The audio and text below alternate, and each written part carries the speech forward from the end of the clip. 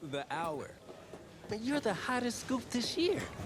Got a few moments for an exclusive? Sorry, maybe some other time, Reg. I got a lot to prep for the playoffs. Tell you what, if you give me the exclusive, I'll put together your senior highlight reel for recruiting next year. Oh, you really do that? Heck yeah. Man, I got a lot of tricks to get a lot of eyes on your tape, too. Yeah, I do that for all the guys that are pretty nice to me, which is the kicker and now you. So, I need as much help as I can get with recruiting. All right, let's get started. Wow, great, okay. Let me think. Oh, regarding your last game, what would you say is your biggest strength? Biggest strength? Well, I felt like I was able to get away from the rush and then buy enough time to make plays. All right, well, if you're not gonna play me, I quit. Well, Reg, I guess there's your exclusive. Need a word in my office.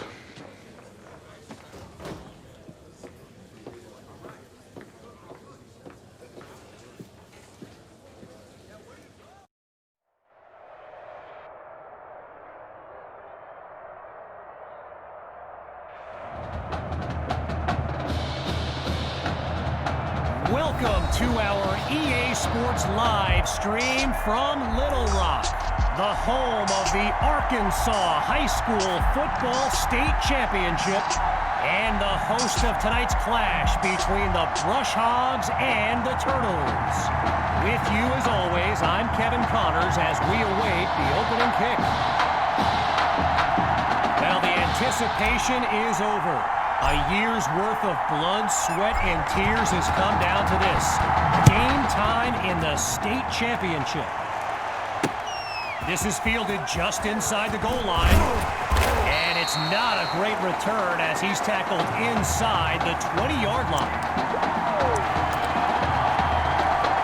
The Brush Hogs send out their offense. And you know, with a state championship on the line, every drive can seem like it's the most critical. He makes the delivery. First down, Brush Hogs. As anyone knows, high schoolers and social media, it can be a recipe for drama. And Clay Rainey stirred up some controversy this week when he predicted a championship win for his Brush Hogs. You can imagine how well that went over with QB2 and his squad. Spoiler alert, not well. All right, so following the short gain, here's 2nd and 8. First carry for Rainey. Not much there as they're able to bring him down. Well, for the Brush Hogs, this game marks a return to the state championship. It's a chance for redemption after losing a blowout just 1 year ago in this very same stadium. The history they bring to this matchup adds a whole new dimension to this showdown. Now he's dropped after getting past the marker. Operating now on the opposite side of the field. It's 1st and 10. Rainey gets the handoff, and he takes this one down to about the 46. So earlier today, while speaking with Brush Hogs coach George Thompson, I asked if their loss in the title game last year came up at all in their preparations this week. And you know what he said? He said they took... Oh, look, the ball's loose!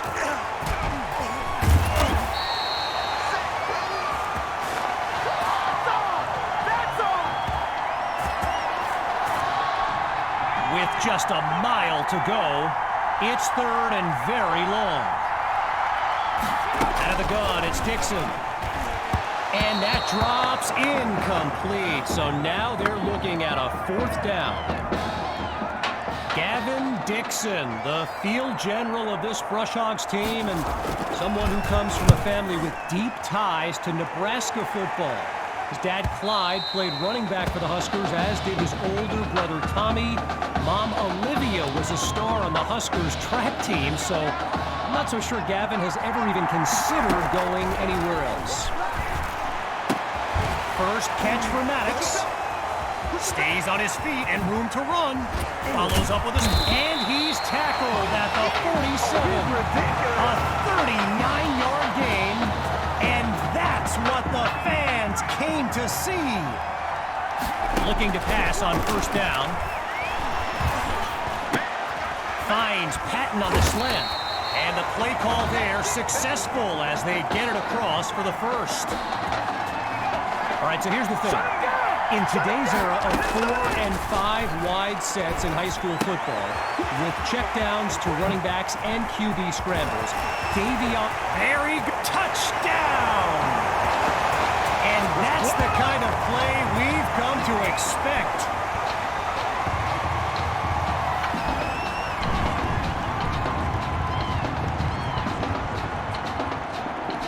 Here's Myers now for the extra point.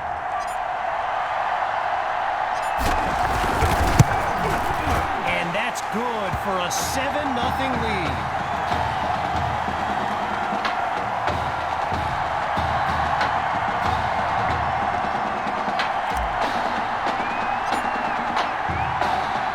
After giving up the touchdown, the Brush Hogs are back to receive. Fielded at the 3. And he's brought down at the 24-yard line. Quarterback Gavin Dixon and this Brush Hogs offense take the field for the first time in this title game. Now Dixon is sacked. He couldn't elude the defense on that great pursuit. I mentioned earlier Gavin's ties to Nebraska football. Look, he's obviously been asked about it since I think the 8th grade, and to his credit, he's never been shy about saying, yeah, I mean, if given the opportunity, who wouldn't want to be a Husker? So it's not a done deal till he signs that letter of intent, but there's a very good chance we'll see this young man in Lincoln someday. Third down from the gun. Can't make the connection. It's incomplete. You know, another thing about Nebraska football, we got a couple of former Cornhuskers in the house here today. Levante David and Rex Burkhead are here to take in this championship game. Tip of the cap to my pal Reggie for the heads up on that.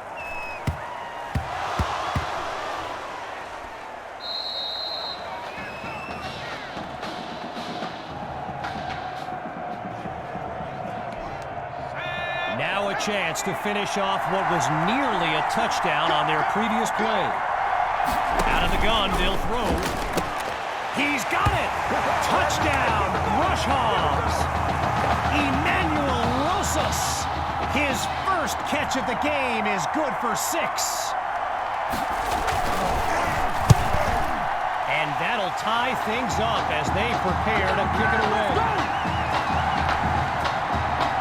After giving up the touchdown, the Turtles are back to receive. Caught in the end zone. And a nice return gets this upcoming drive started on the right foot. The Turtles take over on offense. They'll begin this drive looking to break up the tie. And he is gone. The 20, 10, and he's all the way home for a touchdown. Sammy Hawk, a show-stopping score from beyond midfield. It's up and it's good. The lead now 14-7. Following the touchdown, the Turtles are ready to kick it away. Fielded in the end zone. And he's tackled a yard short of the 25, so he doesn't quite match a touchback. So the Brush Hogs are lined up now. And there's Coach Thompson yelling some instructions for Gavin Dixon from the sideline. He finds his tight end. Now he's taken down. 1 yard is the gain there as it'll bring up second down. Kevin Connors here to welcome you back as we begin the second quarter. Looking to throw on second down. Here's Dixon. Down goes Dixon. Tried to use his feet, but could not avoid the takedown. Okay, so you're hitting me up on social media wanting to know exactly what Clay Rainey posted, and it was an invitation to his championship party tomorrow evening. Yes, very bold. Dixon's pass is intercepted. And it's a pick-6 touchdown. And they stretch their lead. Now for the point after.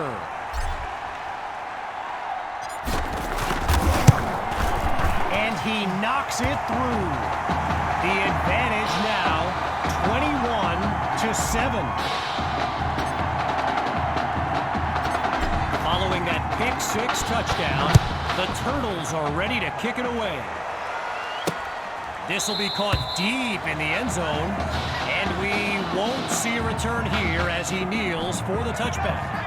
The Brush Hogs take over on offense. And you know, signal caller Gavin Dixon, he's no stranger to pressure. He led the way to victory in a couple of nail-biters earlier this season. Brought to the ground, and it looks like they're going to spot this one at the 28-yard line.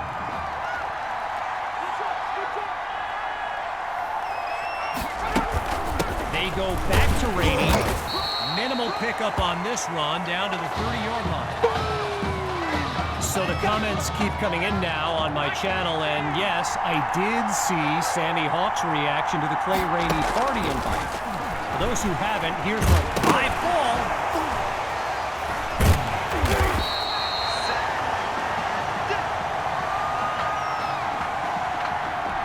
So following a drive that came and went, here's the punt after a 3-and-out. And he sends it away. Here's Washington. And he stopped at the 27. The Turtles send out their offense. And they're working with a 2-score lead as they fire up this drive. When you look around this stadium, clearly a state championship of this caliber will draw thousands upon thousands of fans, and there's more than a few NFL players among them. Before the game, I saw guys like Patrick Peterson and the Honey Badger, Tyrann Mathieu, signing a bunch of autographs.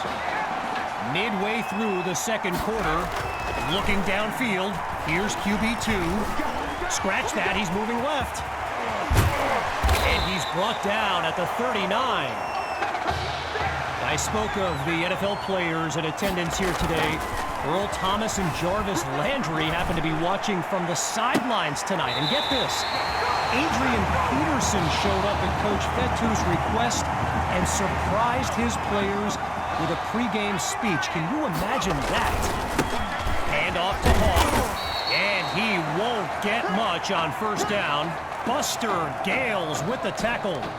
All right, so following the short gain, here's second down. QB2 takes the snap. That's caught at the 7. And he's into the end zone. Touchdown, Turtles. They're looking unstoppable right now. And they add yet another point, one of many in this matchup. They're up big right now. So the scoreboard reads 28-7. After giving up the touchdown, the Brush Hogs are back to receive. Coming from deep in the end zone, and this will be a touchback as he drops to one knee. The Brush Hogs send out their offense, and at this stage of the game, every minute counts for them to have any shot of making a comeback. And they're unable to hook up on that play. Here comes second down. While I've got a moment here, I'd like to thank my guy Reggie Brown for the well-researched game notes he gave me earlier. Reggie writes for the school newspaper that's covered QB2 since he joined the team, and I got to tell you, that little Sparky has really earned my respect. Might be after my job one day.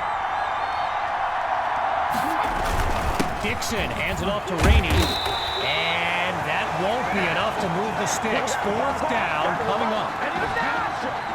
So I mentioned the game notes Reggie gave me earlier, and here's an interesting fact. Brush Hogs head coach George Thompson once played Coach Fettu in a football game back in college. Now, it wasn't for a championship, but Coach Fettu's Trojans won that non-conference showdown. Amazing how we've come full circle here today. Here come the Turtles to start this drive. And let's keep an eye out, but they may get more conservative as they nurture that sizable lead. Oh, it's a touchdown! Davion Patton. And that's a play worthy of recruitstowatch.com.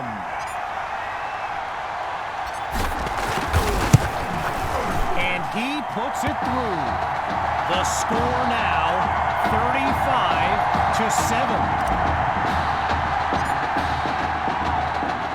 Everyone's lined up, ready for the kick. And this will be caught deep in the end zone. Yeah, I think the special teams coach's head might have exploded if he took that one out. Right choice on the touchback. Throwing to start the drive. Here's Dixon. Fires quickly, and that's complete. Tackled as he pulls in the ball. A good pickup there. 8 yards leading up to second down. From the gun, looking to throw. Over the middle, it's complete. Timeout called by the Brush Hogs. That's their second one thus far as we near the halfway mark. After a solid pickup on that previous play, it's 1st and 10. Now they'll throw from the gun. It's a fumble. Now it's picked up going the other way. And they'll have it at the 35-yard line. Here come the Turtles to start this drive. And they've got to just be thrilled to begin this drive on the plus side of the field. And man, did they get lucky that time. Nearly picked off. But the drive will continue. Following the near turnover. Still looking to throw. It's QB2. He's got a man. And he takes it into the end zone. Touchdown, Turtles. Just 2 plays needed to find the end zone.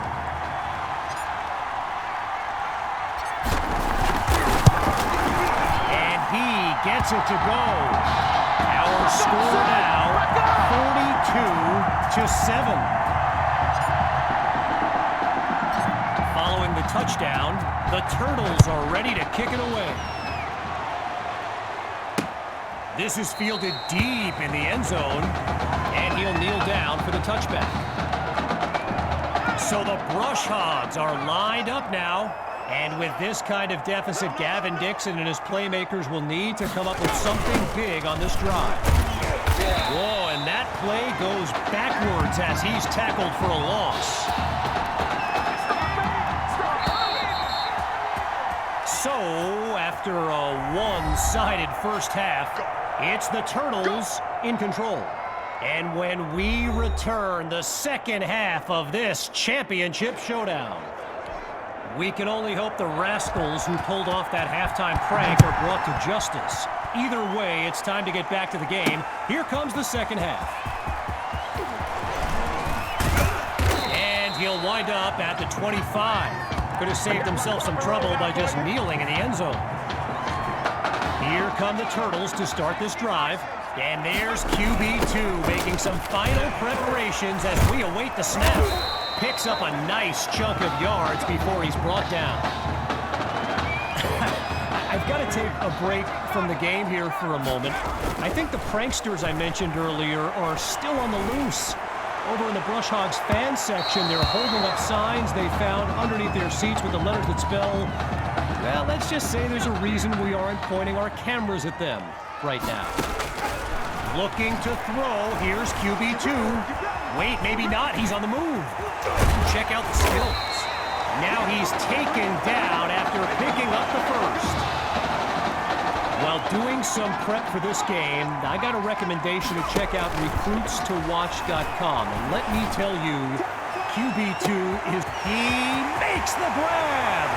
He cannot be stopped. Touchdown. They are running away with this game. Myers now to add the extra point.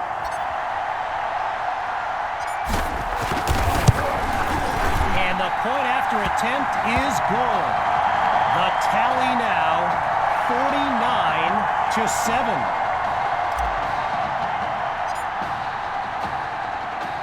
Ready now for the kick.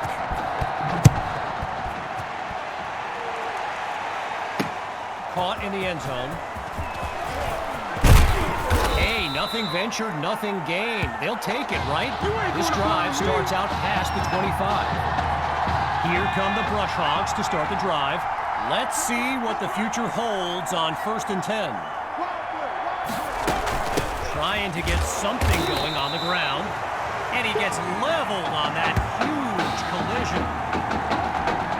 One last thing on recruits to watch. You can go to the archive and watch videos they have on players that are now in the NFL. I highly recommend you search for DeAndre Hopkins and Le'Veon Bell's highlights. And it's like watching someone play Madden. You know, Madden, the video game. Madden. Drops back to throw here on 3rd. And they're unable to make the connection. So here comes 4th down.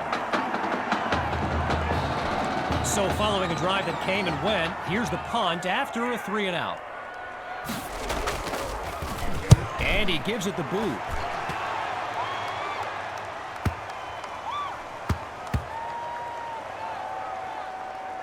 And now it's down by the kick team as that play comes to an end. So the Turtles are lined up now. And all eyes are on QB2 as he gets set for this drive. I think every smartphone in the stands is pointed at that young man. And he comes up with a nice gain before he's taken down. During my pregame interview with Coach Fetu, he expressed all kinds of excitement about this opportunity for his kids. But I detected a tinge of sadness when the conversation turned to the subject of Tommy Matthews. I mean, it's hard not to feel for the young man, the former starter at quarterback who was sidelined indefinitely due to that heart condition earlier this season. And that's a sweet run to get the first. His O-line set him up beautifully. Hawks lined up behind QB2. The Turtles will run it. And he'll barely get a yard on 1st down. DeAndre Divins there to stop him. QB2 settles into this shotgun look. And that was dangerously close to being intercepted. But the drive stays alive. Following that incompletion, back to pass. He's got it! Look at him rack up the yardage on a big-time play. A 38-yard gain and a 1st down and much, much more. Shotgun snap. Here's QB2. Looking deep for Patton. Oh, and it's incomplete. Took a shot on 1st down, but couldn't finish it off. Still 10 yards to go after that incompletion on 1st. Oh, change of plans. He tucks the ball. Maddox is wide open. Gets the first. And he's out of bounds at the 3. Now the linemen on both sides dig in for this 1st and goal. Here's QB2. Hauls it in the end zone. Touchdown, Turtles. Listen to this crowd cheering for QB2. A dream scenario for a young man who wondered if he'd ever get his chance. And the kick is good.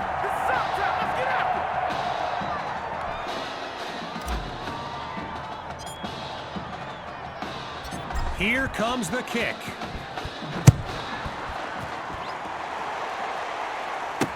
Fielded in the end zone. Geez, all that effort and not much to show for it. He'll start this drive just beyond the 20.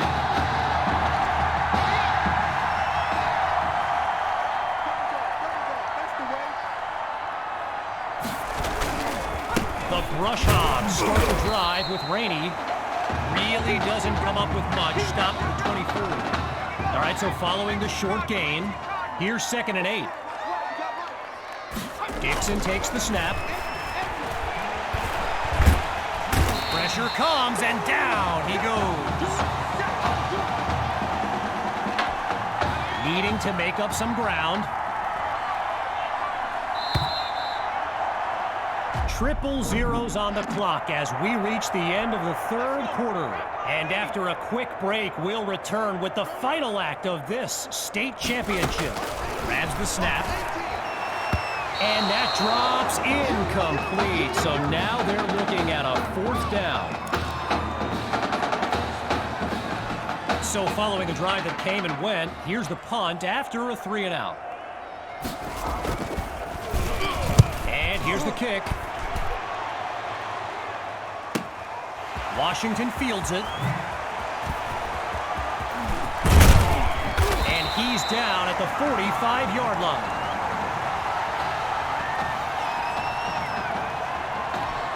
Here come the Turtles to start this drive.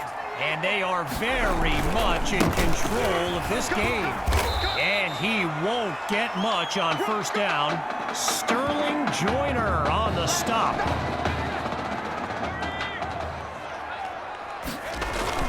Hawk gets the handoff. And he'll dive into the end zone. Touchdown! Sammy Hawk. Yet another clip for his growing highlight reel. Myers is on now for the PAT. It's up and it's good.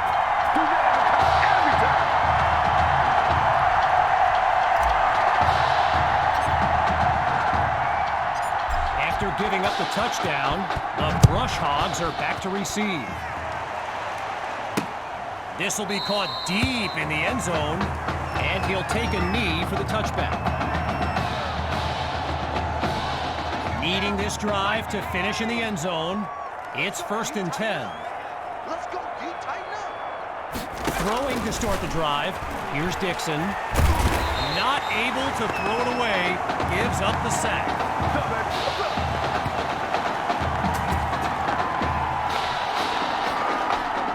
With just a mile to go, here's 2nd and very long. Out of the gun, looking to fire. That's complete to his tight end.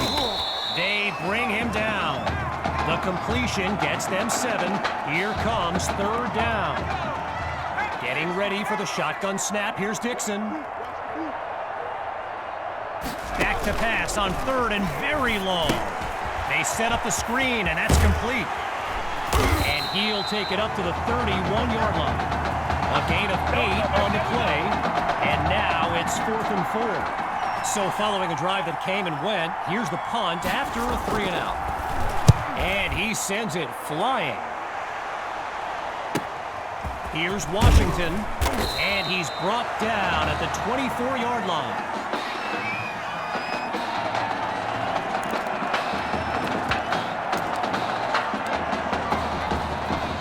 Hawks lined up in the backfield. Throwing to start the drive. Here's QB2. He's got it past the marker. 1st down, Turtles.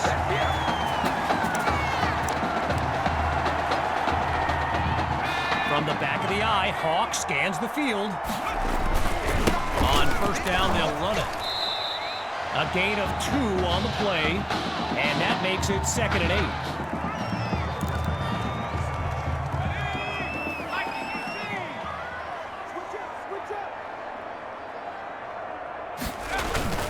Trying to chew up some clock. They give it to Hawk. And I'm not sure they picked up anything there. 3rd and 8. The defense is set up for the pass.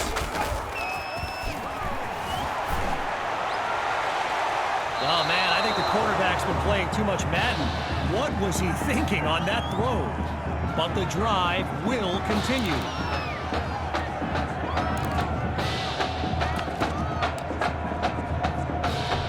It's the Turtles ready to punt it away.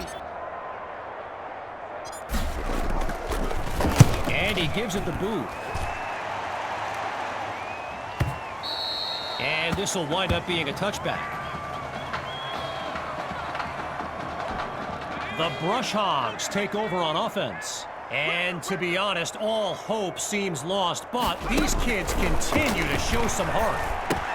Complete to Kirkpatrick. Taken down as he makes the grab. A solid gain of 6 there on first down. Lined up in the shotgun.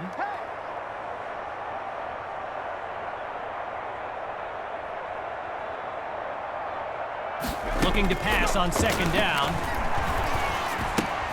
He finds his running back for the completion. And he's got it past the marker, first down.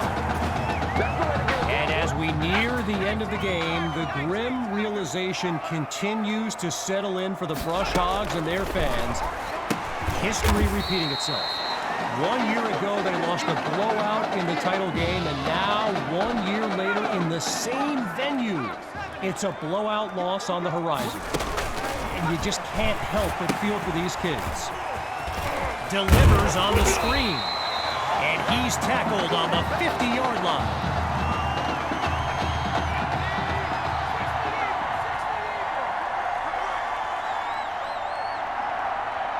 They'll throw from the 50. Into the flat, it's complete. And he's dropped in the backfield for a loss.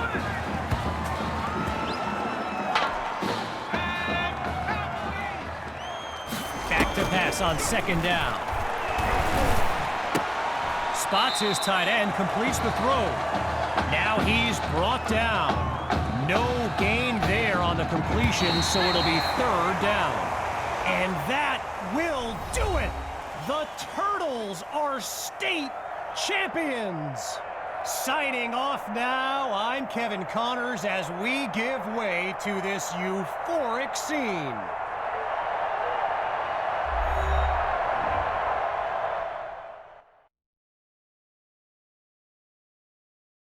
Right here, this is my favorite part. The spin move you do. Breaking that dude's ankles and the stiff arm, woo! Reminds me of my playing days, Samoan warrior style. It's too bad you stepped out of bounds. You could have scored a touchdown. Well, there's no way he could have dodged. Tommy, how the heck have you been? Hey, Tommy, how you feeling, man? Good. Got a clean bill of health. I'm ready to get back out there. Come on in, have a seat. Didn't think you'd be back. Trust me, I tried transferring. Doesn't seem like any other schools want to accept a perceived health risk. But I've got a clearance from my doctor, Coach. I'm ready to play. What do you think?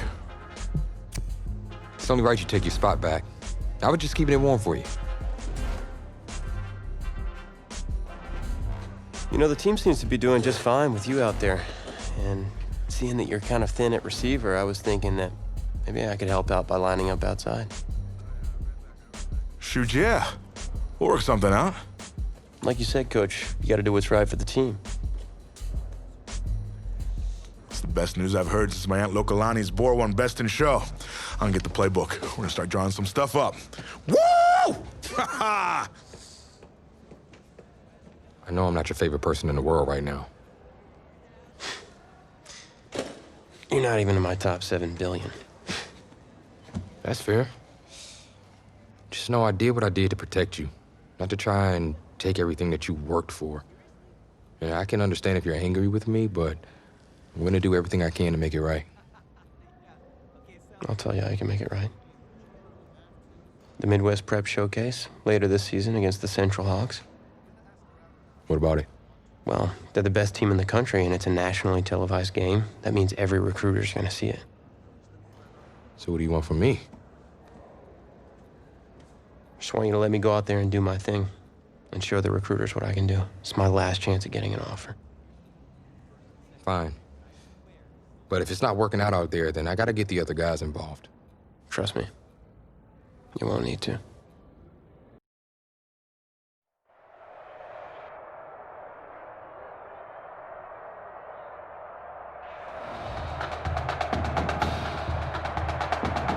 One of the loudest venues in the NFL on Sundays looks to be no different on a Friday night. We've got a packed house for the Midwest Prep Showcase. Soon, two of the best high school football teams in the nation will collide here at Arrowhead Stadium when the Hawks take on the Turtles. Wait, it's your... Yeah, rapper, producer, entrepreneur, Snoop Deal Double G. Please believe it, that's me. But hold up. Ain't you one half of them Heartbreak Boys? I'm a huge fan of yours. Nah, man, I'm a fan of yours. Check this out. If the coach and half the stadium knew what I was about to say, they try to run me out of this town, man. But let me tell you this. I've been following y'all's story for quite some time. And I'm pulling for y'all tonight. Wow. That's amazing. Thank you so much. For sure, my brother. Now get out there and go do your thing. Snoop, you know Tommy Matthews? Tommy! Hey. Hey, man, it's a pleasure to meet you, man. I'm such a fan, man. Hey, likewise. Love your hard work, your dedication, and how you just put the team and put everything on your back, man. That's beautiful, man. Takes a whole lot to do what you did. Wow, thanks, man. Let me tell y'all something. Y'all better get out there and make it count, man. It's a whole lot of schools that's gonna be watching y'all tonight. And I got a feeling I'm gonna see y'all again. Good luck. Ball out. Will do. Thanks, Snoop. For shizzle, Snoop. Yo, we just met Snoop D-O-double-G. I know. That was cool. What? Let's go do this, man. La-di-da-di-da.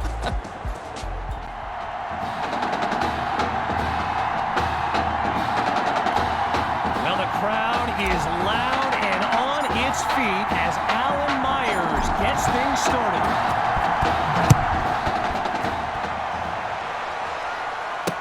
Caught in the end zone. And this will come out to the 25 as he drops to one knee for the touchback. So in this matchup of top-ranked QBs, it's Braxton Knight and the Hawks with the chance to strike first on this opening drive. Lets one go deep for Cole. Knight is picked off. Intercepted by Washington. And it's a pick-six touchdown. They waste no time putting 6 on the board. Here's Myers now for the extra point. And that'll make our score 7-0.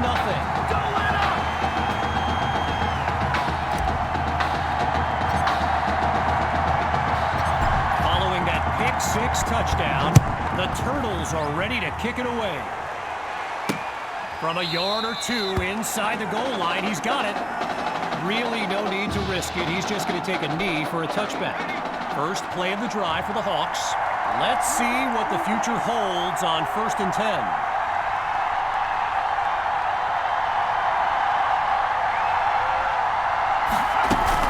The drive begins on the ground with Grove. And we'll call it no gain on the play as it'll be 2nd down. All these kids so thrilled when they found out this year's edition of the showcase would be played at the home of the Kansas City Chiefs, Arrowhead Stadium. This is now a premier event. Forces that throw and it's intercepted. And it's all the way home. Touchdown, Turtles! And they extend their lead.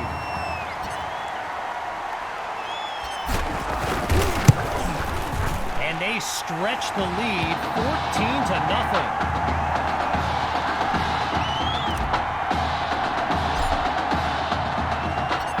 Following that pick-six touchdown, the Turtles are ready to kick it away. Fielded in the end zone, and it'll be a touchback as he elects to take a knee. So the Hawks are lined up now, and Field General Braxton Knight finds himself in an unusual situation. He's not used to being down double digits at any point in his career. And he stopped at the 47. A 22-yard gain, and that's a 1st down and then some. Getting ready for the shotgun snap. Here's Knight.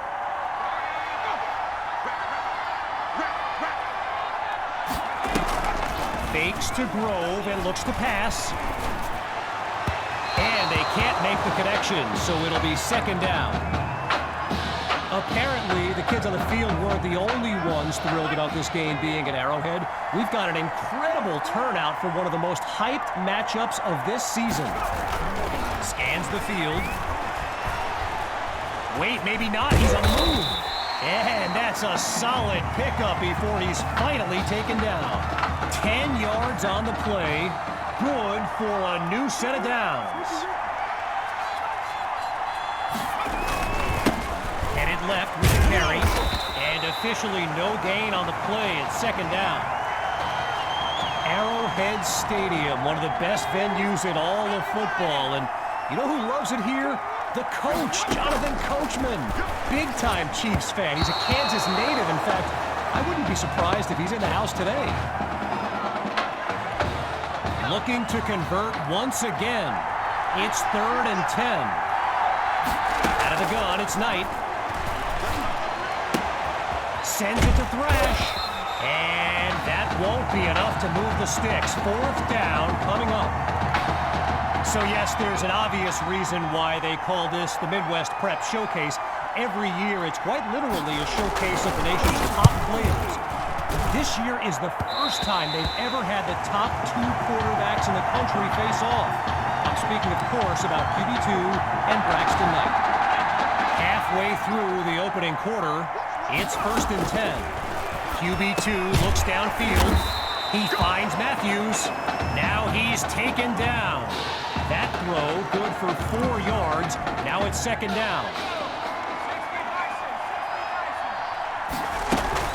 They go play action. He makes the delivery. So with a couple of catches under his belt, Tommy's looking confident in his first game back. Out of the gun, it's QB2. Lets one go deep for Matthews. And that deep ball is incomplete. Attacked the secondary to start the series, but they couldn't make the connection. Still 10 yards to go after that incompletion on 1st. And he's down to about the 36-yard line. So get this, earlier today I was speaking with Hawks coach Kevin Robbins, and in typical fashion, he did not hold back about today's matchup. He proclaimed his D would be so good against QB2, they'd end up putting Tommy Matthews back at quarterback. Bold words. Make it happen! So it's the defense in the spotlight now on this 1st and goal. Looking for a receiver. It's caught! Touchdown, Turtles! He used to throw them, now he catches them. Tommy is back. Myers now to add the extra point. And they add yet another point, one of many in this matchup. They're up big right now.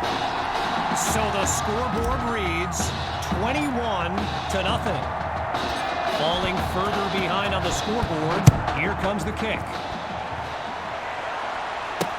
Caught in the end zone, and we won't see a return here as he kneels for the touchback. So for the first time in this showcase, we'll get a good look at quarterback Braxton Knight and this dynamic Hawks offense. They'll start this drive on the ground. Oh, and he's brought down for a loss of yards. You know, a high-profile game like this can generate the interest of some big-time schools, and this stadium is loaded with coaches from powerhouse programs. LSU, Clemson, Oklahoma, you name it, they're here. Working out of the hole now. Here's 3rd and long. Back to throw. Here's Knight. Into heavy traffic and is picked off. Intercepted by Ellington. And they'll have it inside the red zone. Just a massive gain on that last play. Put the D on its heels. They're inside the 5, and he's into the end zone. Touchdown, Turtles! They just continue to light up the scoreboard. And he knocks it through. The score now, 28-0. After giving up the touchdown, the Hawks are back to receive. Fielded in the end zone, and this will be a touchback as he drops to one knee. The Hawks send out their offense. They've got to make every play count to have any chance of mounting a comeback. Looking to pass. Batted into the air and intercepted. And they'll have it at the 27-yard line. The Turtles take over on offense. And this is excellent field position as they begin this drive. Gets away from a defender. And all it takes is one play to move the sticks. A great run there. And that'll bring us to the end of the first quarter. And coming up shortly, more elite high school football from the Midwest Prep Showcase. Spots Matthews. So it's 5 now. Count them, 5 catches in Tommy's first game back, and no one looks more happy for him than Coach Fetu. And it's incomplete, so we're looking at 3rd down. Getting ready for the shotgun snap. Here's QB2. He's back to pass. And he takes it into the end zone. Touchdown, Turtles! QB2. He's thrown for 3 scores before halftime. And he puts it through. Our score now, 35-0. So as they get set to kick it away, I can't help but think back to what Coach Robbins told me before the game. How his defense was going to shut down QB2. Hadn't exactly happened, and I'd be very interested in hearing his thoughts right about now. First play of the drive for the Hawks, and they really need Braxton Knight to flip a switch and march this offense down the field for points. They start the drive here with Grove, and that'll be a pair of yards on 1st down. Wilson Silvers on the tackle. I mentioned a few colleges earlier with recruiters in attendance. My guy Reggie gave me a list with a few more names on it, and you know it's a heavyweight matchup when you've got schools like Oregon, Florida, and Southern California among the fans here today. Shotgun look. On 1st down, they go back to Grove. And he powers this one inside the 40 to about the 39-yard line. Gotta share a quick story. All right, so I'm making my way to the press box before the game, and who do I see but the dog father himself, Snoop Dogg. And he's seeking out QB2. But here's the thing. Snoop is a diehard Hawks fan, which tells you just how magnetic QB2 really is. Drops back to throw here on 3rd. He finds his tight end. One last thought on Snoop, you know, he's a Southern California guy, Long Beach, if I'm not mistaken, and I wonder if he wasn't whispering in QB2's ear about the Trojans, right? I mean, who knows, but I wouldn't be surprised. No return here, as it'll be a touchback.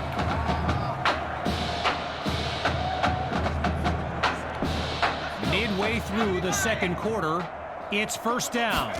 Surveys the field. Throws middle, it's complete. And he's tackled at the 41. A 21-yard gain and a 1st down and much, much more. Here's QB2 to start the series. Now he brings the ball down, he's on the move. And he's finally tackled after a solid run. Naturally, people across the football landscape are sharing their thoughts on where they think QB2 will go to college. Some think Miami, others insist it's Texas. But I can tell you this, I am beyond confident his decision will be the top thing trending on signing day. So it's no surprise Tommy Matthews involved in another play and proving to be very tough to contain. And he's taken down at the 26. You know, going back to signing day, I gotta say, despite the crazy number of people who came out to see QB2 in person here today, There are so many more following him on social media, waiting on any kind of announcement. Truly, the level of interest is like nothing I've ever seen. You can feel the defense scrambling a bit. They could He's got it! Touchdown, Turtles! Tommy Matthews adds another score in his return. It's a legend in the making. Myers is on now for the PAT. And he gets it to go. The tally now, 42-0. Following the touchdown, the Turtles are ready to kick it away. Caught in the end zone. Yeah, I think the special teams coach's head might have exploded if he took that one out. Right choice on the touchback. Lined up in the shotgun. Throwing to start the drive. Here's Knight. And they're unable to hook up on that play. Here comes second down. Braxton Knight, easily one of the best quarterbacks in the nation, hasn't faced a double-digit deficit since he became a starter last season. When he gets this offense clicking, it is a sight to behold. Zero progress on this drive thus far. It's 3rd and 10. The Rock goes to Rowe. And that play goes nowhere as he's stuffed for no gain, setting up a 4th down. So following a drive that came and went, here's the punt after a 3-and-out. And the kick is away. Washington fields it. And he's down at the 40-yard line. Here come the Turtles to start this drive. And all eyes are on QB2 as he gets set for this drive. I think every smartphone in the stands is pointed at that young man. So after a lopsided first half, it's the Turtles in control. And when we return, the second half of the Midwest Prep Showcase.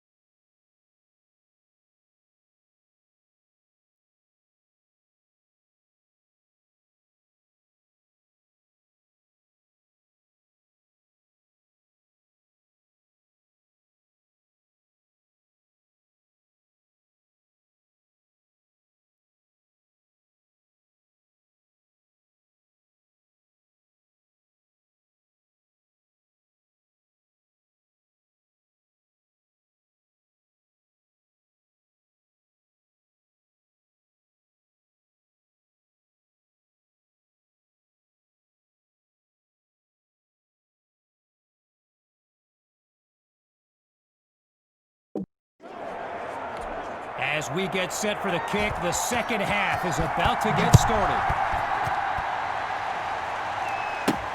Taken at the 1. And he's taken down after putting together a nice sequence on that return. QB2 settles into this shotgun look. They snap the ball. Oh, man, that had INT written all over it. And it was only a matter of time, right? Reggie just told me the hashtag QB2 to the U is a thing.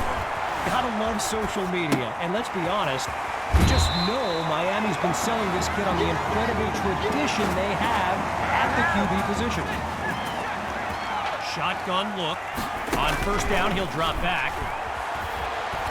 Going for a big play downfield, but they can't make the connection. Tried to go long on first down, but it only results in a long walk back to the huddle. Again on second down, it's QB2. Throws to Matthews. Well, despite some defensive adjustments, Tommy continues to find a way to the ball. You can practically see him rising up the rankings. Gathers the snap. Hauled in by Matthews. So it's 10 catches now. 10 catches for Tommy Matthews. His chemistry with QB2 is unbelievable. QB2 takes the snap. Another catch by Matthews. You know, I'm really not sure what's left to say at this point. Tommy is easily one of the best players on this star-studded field. On first down, back to pass. Throws left, it's complete.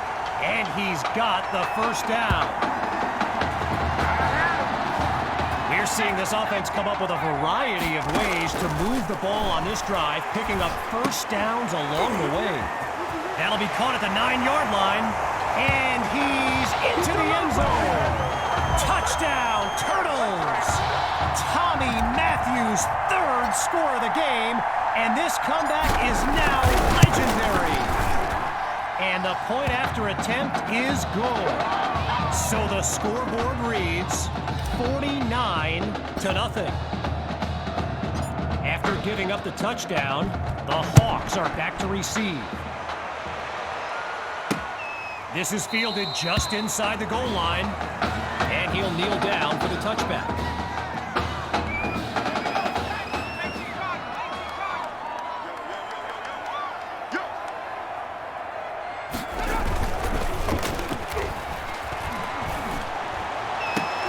Down the middle of the field, it's complete, and he rips off a nice gain to the 45-yard line. A 30-yard gain. And that's a first down and then some.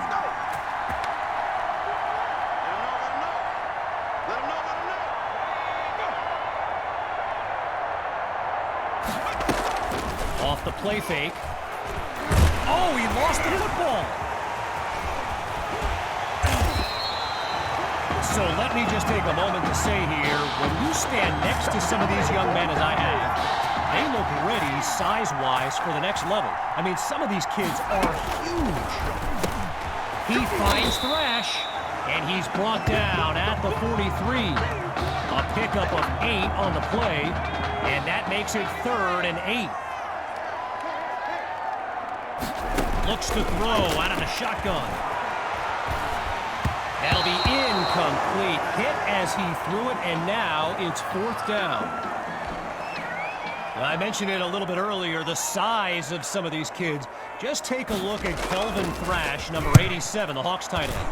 He could suit up for a primetime college game tomorrow, no problem, and not get thrown around. Lined up in the backfield, there's Sammy Hawk. So it's a jet sweep, watch the receiver. And a solid gain up to the 33. So Coach Fetu, spelled F-E-T-U, for the longest time I was pronouncing it Coach Feta, like feta cheese. So let's just say I'm thankful he's a forgiving guy for as big a guy as he is. That's what the fans came to see. Meantime, they pick up the first through the air on second down. Boy, a brisk pace to this drive as they look to keep up the momentum. Looking to throw. Here's QB2. And coming out of the backfield, that's complete to his running back. Now he's out of bounds after making his way into enemy territory. Now going back to Coach Fetu, someone who is universally beloved by players old and new. But he certainly got his quirks. If I gave you a dime for every time he said Samoan warrior style in a film study, I think you'd be a very rich person. And they can't make the connection, so it'll be second down. Still 10 yards to go after that incompletion on first. Back to pass. Ooh, and that's almost intercepted. But the drive stays alive. Looking to convert once again. Airing it out for Matthews. And he can't hang on to it. Almost intercepted in the end zone. But he was not in bounds. It's the Turtles ready to punt it away. And here's the kick. And that'll wind up a touchback, so by rule, they'll start from the 25.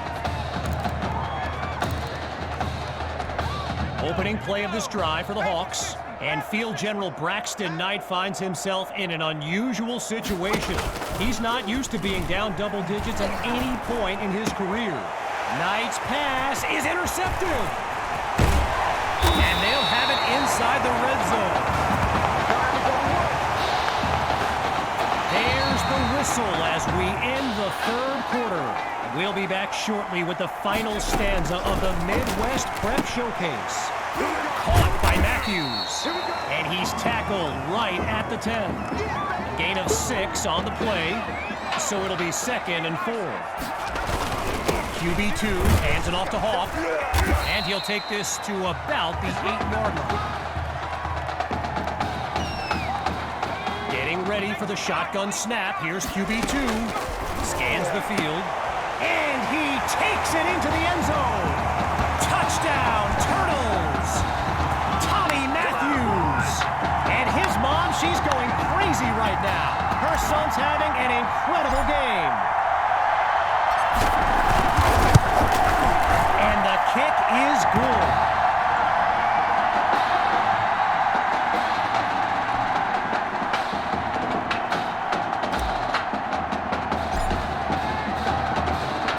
Following the touchdown, the Turtles are ready to kick it away. Fielded in the end zone, and he'll take a knee for the touchback. Opening play of this drive for the Hawks, and the last thing they want is for this drive to end with yet another reason to bring on their punt team. Knight takes the snap, and they're unable to hook up on that play. Here comes second down.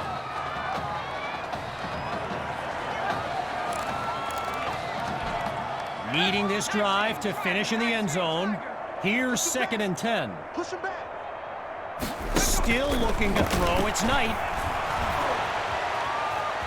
Oh, change of plans. He tucks the ball. And he's brought down after a solid pickup. 10 yards on the play. And that's good for a first down.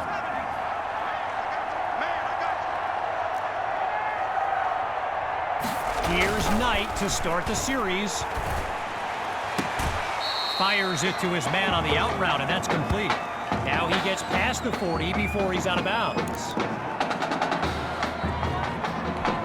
After a solid pickup on that previous play, here's second down. Quit talking about it. Knight looks downfield. They set up the screen, and that's complete. And his first catch comes late in the game, but it's good for a first down. Strong left. Set up. Double dog, that's the way. From the gun, it's Knight. Over the middle to Cole. And he's past midfield to the 48-yard line. Lined up in the shotgun.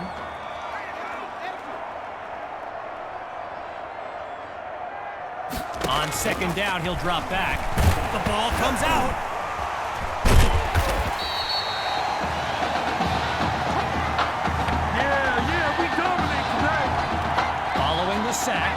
It's third down. Here's Knight.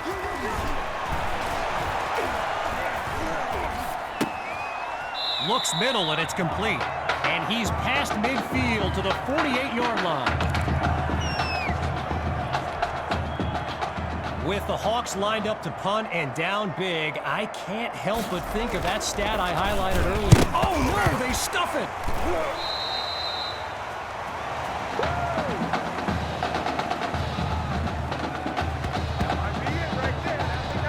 Here come the Turtles to start this drive, and they've got to just be thrilled to begin this drive on the plus side of the field.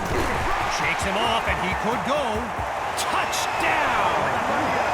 Sammy Hall, a showcase highlight for years to come.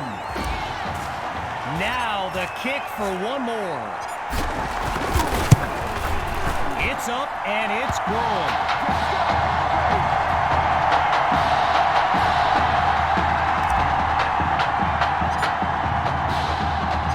Here's the whistle, and now the kick. Coming from deep in the end zone, and this will come out to the 25 as he drops to one knee for the touchback. Getting ready for the shotgun snap. Here's Knight. Back to pass on first down. And coming out of the backfield, that's complete to his running back. And he's down at the 35. A pickup of 10 yards, and they move the chains.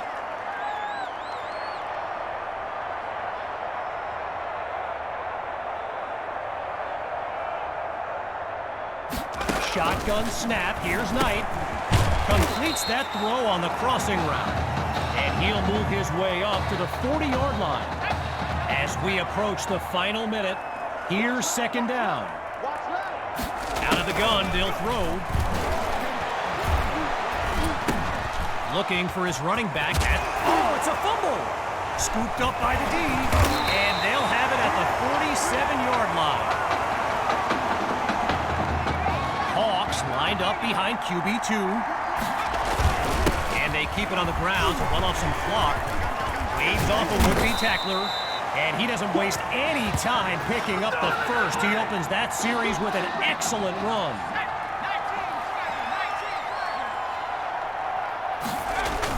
A little trickery here, gives it to his receiver. Now he's taken down, but not before coming up with a first. Boy, a brisk pace to this drive as they look to keep up the momentum.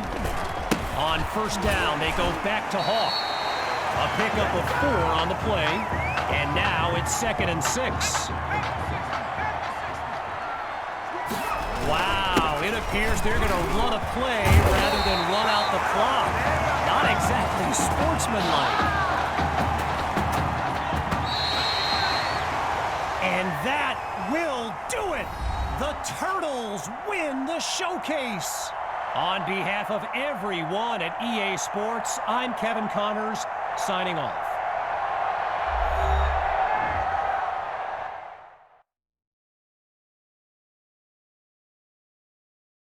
This question is for both of you.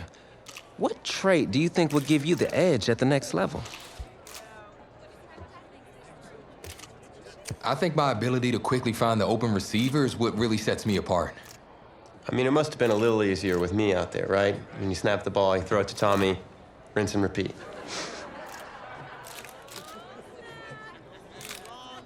But seriously, though, the past 2 years have really put things into perspective for me, and thanks to this guy, I'm just fortunate enough to have the opportunity to go to college and further my football career.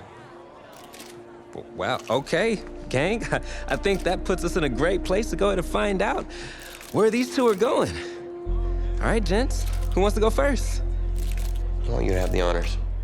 It's the least I could do for all you've done for me. All right.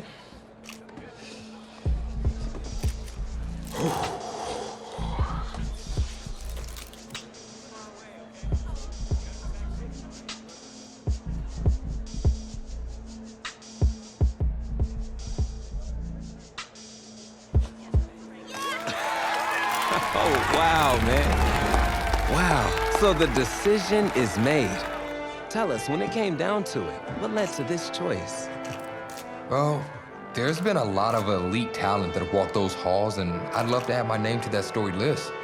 Plus, the opportunity to play for a legend like Coach Miller, it's too much of a draw. Yeah, he's a guy that's had a ton of success with the school, and I think there's a lot I can learn from him. All right. All right, Tommy. What you got for us?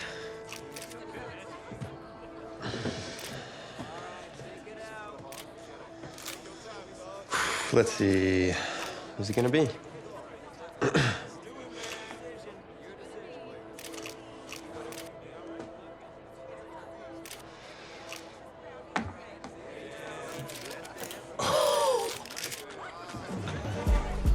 Whoa, Tommy, same question. Well, isn't it obvious? I mean, Batman needs his Robin, and I can't break up this dynamic duo. But in this case, I'm Batman and you're Robin. I never said I wouldn't try to win back my own position.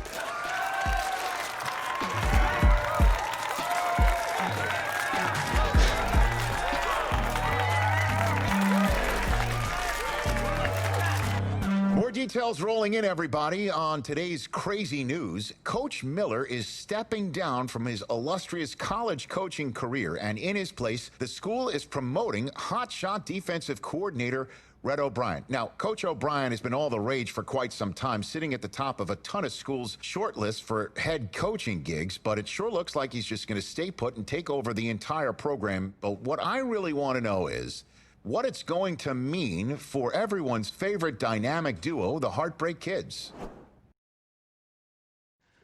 I know you've both been sitting patiently for the past 2 years, waiting for your shot, so I made a decision. Neither one of you will be starting. What do you mean? We've done everything that you asked of us.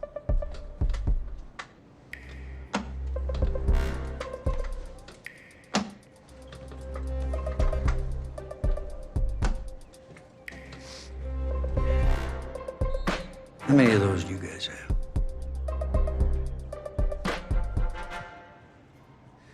Now, as I was saying, neither of you will be starting, but both of you will be playing. Coach, I'm sorry, but I'm not switching positions. I'm not asking you to switch positions. You both get reps at QB. This is a defense-first team now, so I don't need your Heartbreak Kids nonsense. All I need is for one of you to manage things and make sure the offense doesn't give the game away, because my defense certainly won't. Understand? But you've seen what we did in high school. I don't care what the Heartbreak Kids did 2 years ago, son.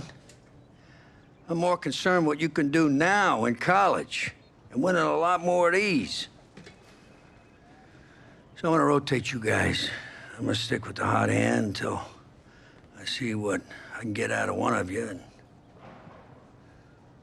you'll start the first half.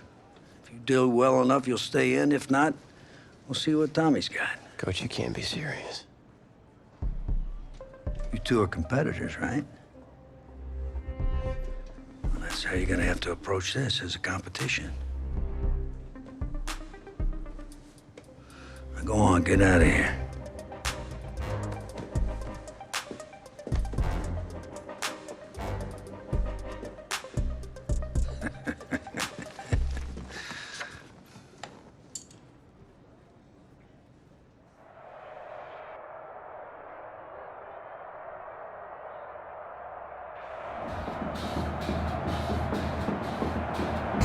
EA Sports coverage of college football takes us to Miami, Florida at Hard Rock Stadium for the 2019 Kickoff Classic and an early season matchup of powerhouses. It's the home state Florida Gators taking on a team that's made the long trek cross country, the Oregon Ducks. So here we go. It all starts now. A new season of college football underway here in Miami. Set to go now on a beautiful sunny afternoon. And we are underway here on EA Sports. And down he goes just shy of the 25. Now, penalty marker is down. Let's see what that's about. Well, that holding call set him up with not great field position. Not at all when you tack on the penalty. With that field position after the return wasn't terrific, it's not a great starting field position as well. On 1st and 10, White. He finds Smith out of the backfield. And brought down, but not before reaching the 25. A gain of 11 to kick off the drive, and it's a quick first down. 1st and 10, Florida. The run there on 1st down gets him a yard to the 26. Well, sometimes you just have to give credit to the defense. Great job there at the point of attack, holding up. They won their battles at the line of scrimmage, left him no space to try and run. A really nice job swarming to the ball carrier. Now left side on the swing pass. White's pass. Complete. Well, offensively, that's the mismatch that you want. You want to force a linebacker to try and cover your back out of the backfield, out in some open space. The linebackers nowadays, they run like backs, and they take a lot of pride in covering. What a nice play he made there in the open field. We often talk of situational football. Let's just call it team football. The defense did their job, got off the field, brought the punting situation, so they're turning the ball back over to their offense. You think those guys will get along very well right now? Of course they will. Defense helped the offense. Now it's their turn to take it downfield. That is how you flip field position. That's an absolute bomb of a punt. Downs it inside the 5-yard line. Absolutely ideal. From that position, you're hoping to get it down inside the 15, inside the 5. Superb. A good start to the drive here as that's caught out on the left side. And he is out of bounds, able to get it across the 20-yard line. That play going for 16 yards to start the drive. 1st down. 21-yard line. Complete to Myers, the tight end. And they're going to have this across midfield and inside the 45. Big yardage after the catch. That one winds up going for 36. So the big play gets him across midfield now for 1st and 10. Past the 20. There he goes right side. And he is into the end zone for an Oregon touchdown. A big play there. 44 yards. And the Ducks have taken the early lead. And it's good to make it 7-0. Earlier in the week when they had their scouting report meeting, this was the explosiveness that they talked about trying to contain. They were concerned about it all week, yet he still did it to them. Wonder how that's going to carry over the rest of the game. Now a hit and a loose football. And this is picked up by the defense. Recovered by the... And careless with a football there on the kick return. And one thing I love about going to practices is trying to get around coaches and hear their catchphrases and what they really emphasize. We haven't been to a single one yet this year where a guy fielding a kick, you don't hear, tuck it away, tuck it away, tuck it away. And this time, they turned it over. Ball security eluded him. And now we won't see a play on 1st down. We're going to get a timeout instead. They'll have 2 remaining as we step aside here in this 1st quarter. And they've got 3 tight ends here on 1st and goal to add some extra mass. And no signal, but I don't think he got the surge behind center. No, he's going to be kept out of the end zone. Leads to 2nd. They'll try and sneak it here. And he is into the end zone for an Oregon touchdown. It's their quarterback, keeping it himself from a yard out. And the Ducks have furthered their advantage. And the sneak works on 2nd and goal. They didn't wait until it was 4th down to try and get him across. No, and I think if you're the QB, you like these plays, don't you? I mean, you want to hand it off sometimes, but also prove that you can get it in there as well. Yeah, it makes you really part of the gang, doesn't it? It makes you part of the crew, and it really bonds you with those big offensive linemen because then you get to celebrate with the big fellas. And he'll go down as this drive will start at the 25-yard line. At their own. Ready to begin their next drive. Here's the Florida offense. They've been outplayed early, no question. Down 14-0 already as they come up 1st and 10. And nothing doing. He's immediately taken down at the line of scrimmage. Down right at the line of scrimmage. Call it no gain on the play, and it'll be 2nd down. 2nd and 10. Well, they had the run for no gain. Now they'll try again from the 25 on 2nd and 10. And he's upended after a gain of 2 out to the 27. Sometimes you're aligned perfectly and the play comes to you, and sometimes you got to cover some ground to go make the plays we just saw there. We saw a great example of perseverance right there on that play. Into heavy traffic, and it's intercepted. Picked off near the 42. So more problems here in this first quarter. Already 2 scores down, and here they give away the football. And if I'm the head coach, I think it's time to start lighting a fire under some of these guys. Now, you have to do it within your personality. They can't perceive it as fake. But I'd go get after some guys because they don't look ready to play to me. They look flat, uninspired. It's time to get moving. Getting it to him in space pays off big time. That winds up going for 31. That's complete right around the 8. And he'll be brought down right on the edge of the goal line at about the 1-yard line. This gain not quite as good as the last, but still over 40 yards between the two. And that'll be caught. Touchdown, Oregon. From a yard out. And the Ducks have furthered their advantage.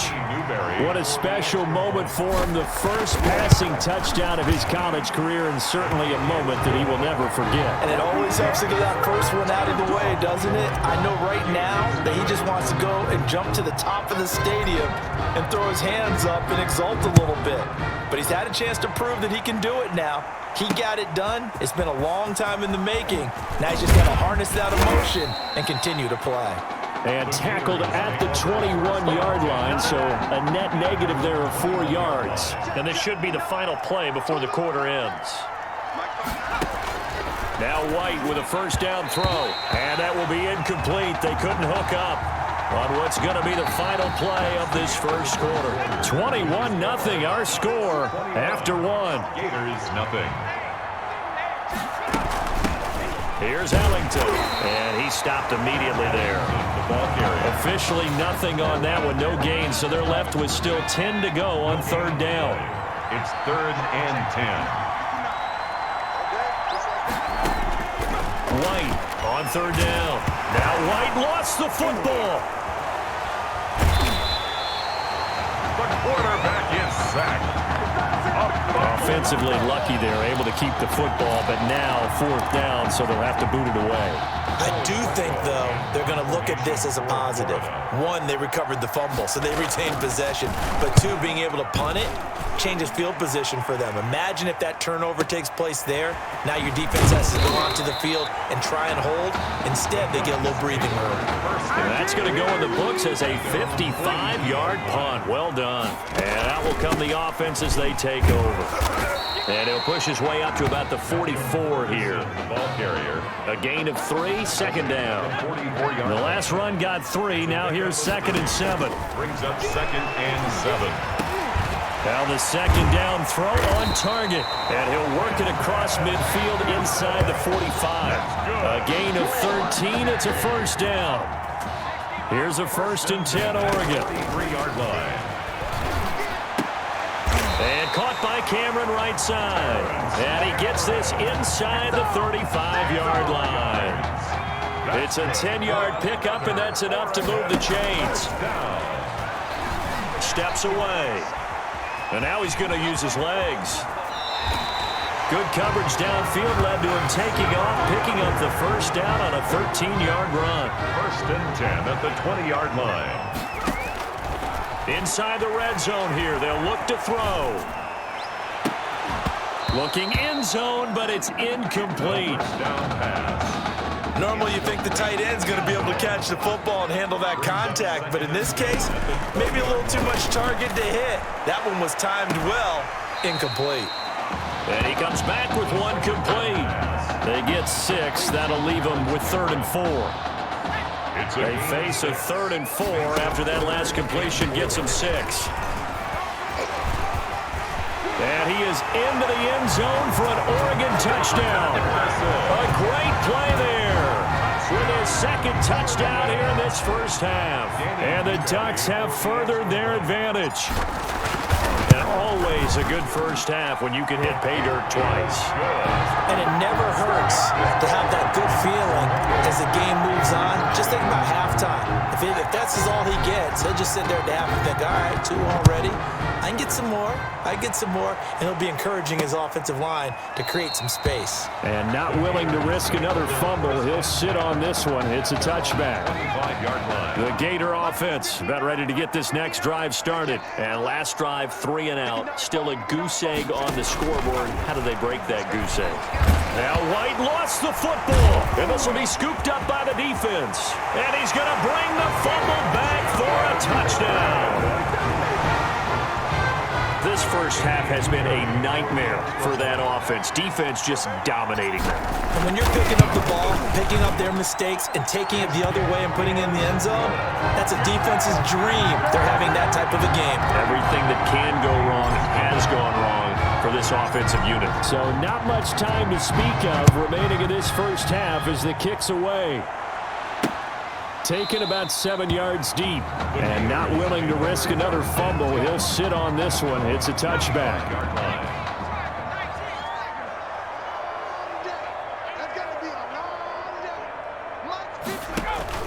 On first down, it's White.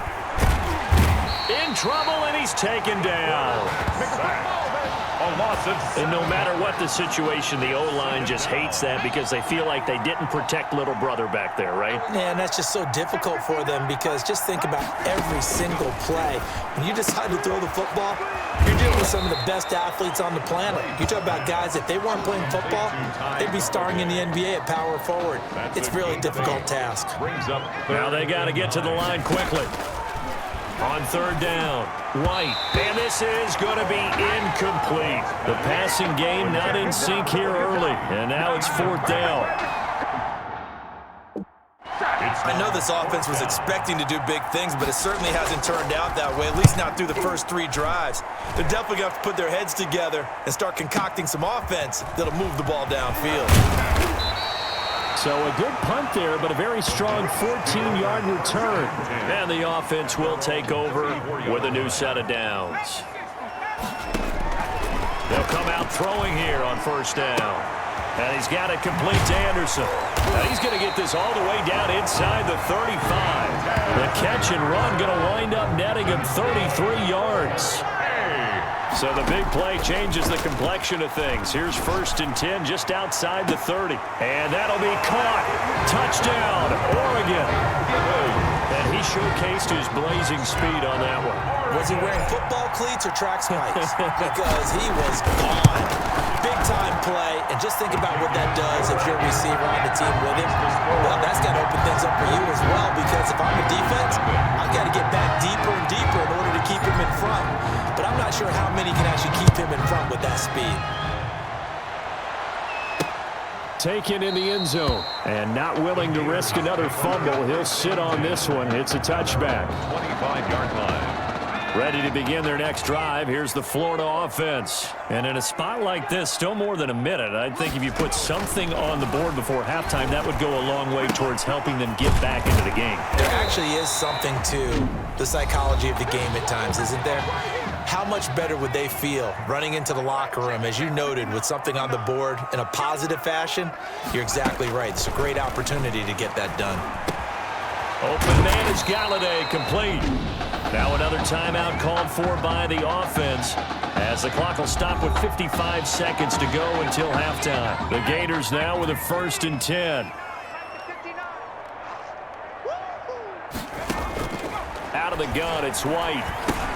He checks it down here to Ellington. And able to get this one across the 45 before he's brought down. It's another 10 yards on that one and another first down. Florida. Off play action, here's White. He's going to launch this thing way downfield. That's going to be knocked away and incomplete. As we've seen, their first 2 drives didn't yield anything points-wise. Certainly feels like they think to themselves, it's time to open this thing up, taking the big shot downfield. Now White lost the football. So possession still theirs, but now they face a 3rd down. Now a timeout called for by the offense As the clock will stop with 20 seconds to go in the first half.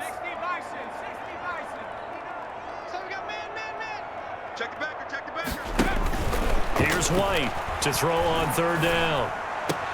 And that's caught by Beasley. And he's going to get this down to the 35-yard line. Great way to convert on third down there. 21 yards the play. These college offenses, Charles, so wide open. And there's an example right there that we just saw. And let me ask you, how does a college offense differ from an NFL offense, or does it? Well, it still does, Brandon, because NFL offenses, while they're continuing to embrace what the colleges are giving them more and more, they're still not playing as fast as a general rule. You know, most college offenses will run about 15 plays per game more than NFL offenses will. They'll take a few more chances in what they're doing, maybe try and isolate their star player a little bit better. Yeah, there's still some differences in what we're seeing, but for me, speed and pace of play for college offenses still ahead of what we see in the NFL. Meanwhile, they take a shot to start the drive, but this is going to wind up incomplete. Once again, they'll go from the 23-yard line on 2nd and 10. He's going to try and go deep again. And that's caught inside the 30. And he finally goes down at the 23-yard line. So barely time to catch our breath. Here's 1st and 10 just outside the red zone. And they're going to stop him right at the line of scrimmage. Just no cutback lane to be found whatsoever. 2nd and 10. No gain on the play. Now he'll look to throw here on 2nd and 10. Dancing to his left. He'll run it. And they will eventually get him down, but he's inside the 5 all the way to the 3. That play right there, Charles, that is a prime example of why Coach O'Brien likes this young quarterback on the field, his ability to scramble. And you talk about... And he is into the end zone for an Oregon touchdown. A 3-yard touchdown run. And this offense is running away with this one. He keeps carrying the ball into the end zone, and in this one, he's sort of carrying the team on his back. He's the reason that they lead right now, no question about it. And you talk about on his back, he's not minding the extra weight at all, is he? Carrying that just as lightly as he does the football. Yeah, what a great performance so far. Those 3 touchdowns, it's got him in the lead. That'll be taken about a yard deep. And he'll get it up past the 20 to about the 22. Gators take over 1st and 10. The Gator offense about ready to get this next drive started. They trail offense, first time to touch the ball in quarter 3, and we'll see what they can do. And I can't wait to see what they have planned, because some teams script to start a half. Other teams just go, okay, these are the sequence of plays we want to run. These things worked well for us. And sometimes they throw in that big chunk play right away. Shocker. Try and get after them early and try and create a big play to give themselves some momentum. See what they have up their sleeve. That's taken in by the tight end Perkins. That catch good for 5. It's 3rd down. That's a gain of 5. Brings up 3rd and 3. From the gun on 3rd down. White. And now a fumble. The ball's out. And this is going to go the other way. The defense has it. There are 2 words that we hear coaches say all of the time. One starts with a B, one starts with an S. Ball security. And they preach it. They have it up in the meeting room. And he is into the end zone for an Oregon touchdown. A great effort there. 30 yards. And his guys capitalize on the short field as they take it in for 6. Well, partner, that was another explosive run. And one thing I've learned in our time in this game,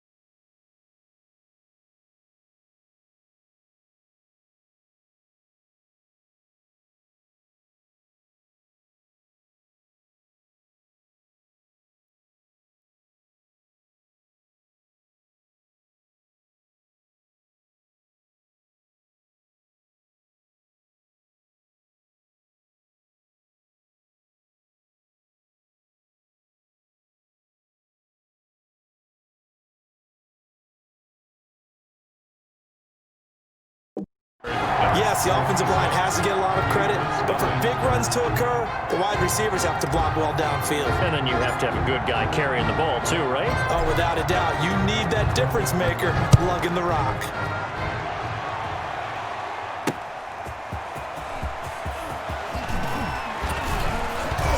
And he brings us out past the 20 to the 24. First and 10. At the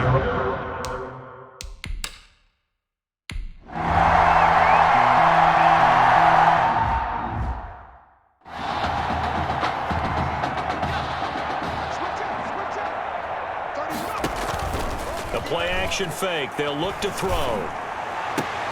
It's caught. Cameron, left side. And he'll have it past midfield almost to the 40 before being taken down.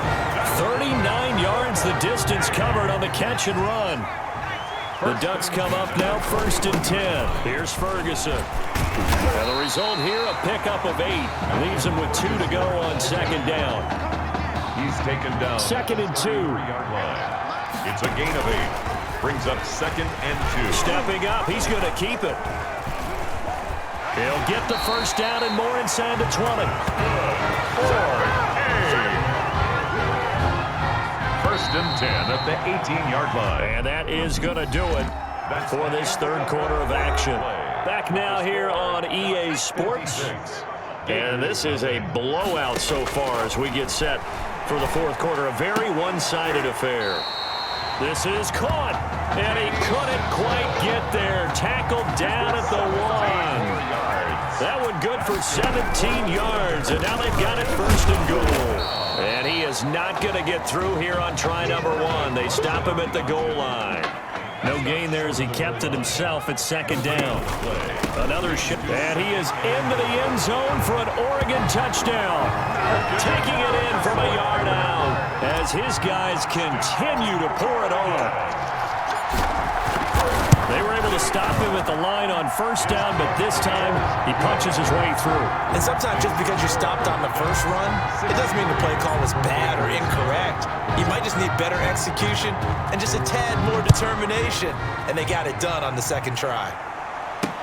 Fielded in the end zone, and not willing to risk another fumble. He'll sit on this one. It's a touchback. 25-yard line.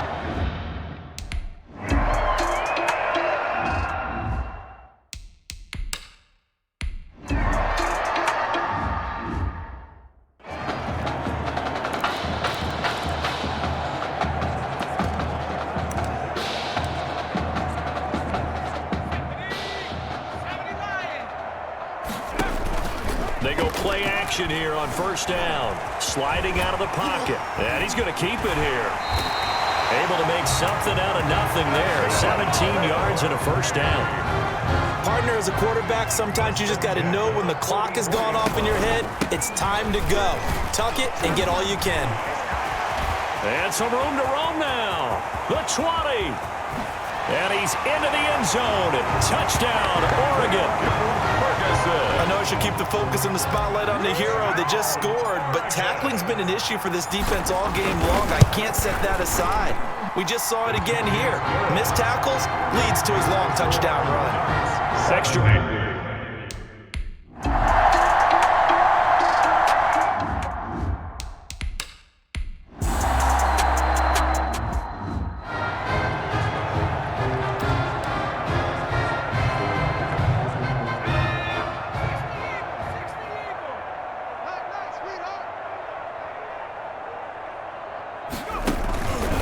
They start out with a run by Ferguson. And he'll be taken down, but not before he works it past the 50.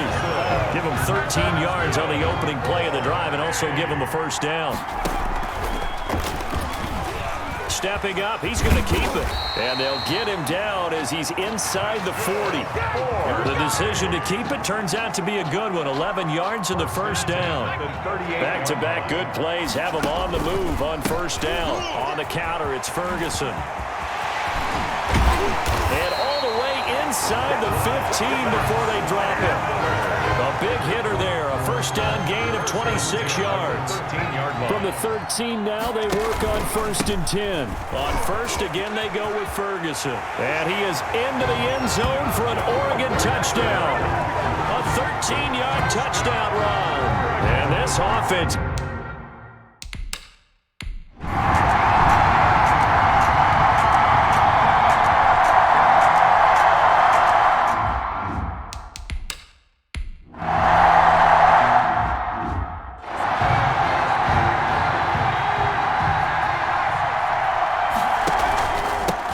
down, Ferguson. He's got a first down and much more inside the 20. And he is into the end zone for an Oregon touchdown. A great play there. 32 yards. And that interception key as it leads to the touchdown. And, partner, are you kidding me? With this game that he's having, we are in uncharted waters like we've never seen before. Just think, if he keeps every football from all the touchdowns scored today, does he need to build a new trophy room? Yeah. A couple trophy rooms. Maybe a whole home for a trophy room. What a phenomenal performance, and I'll guarantee you he's going to reward the rest of the offensive unit after this as well for helping him get to this number. He better. This is just unreal. And they've got it up past the 35, so pretty good starting field position. Their own 36-yard line.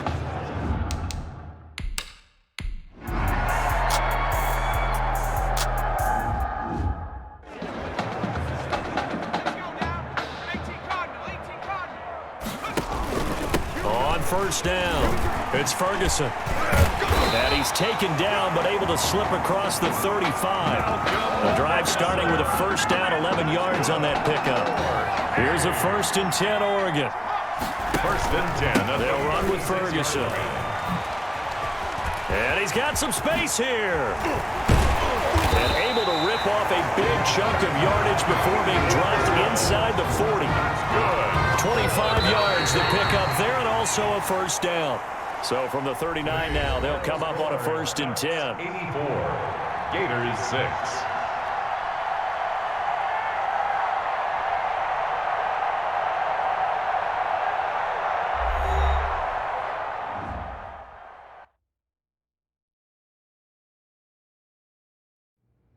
So things got off to a solid start.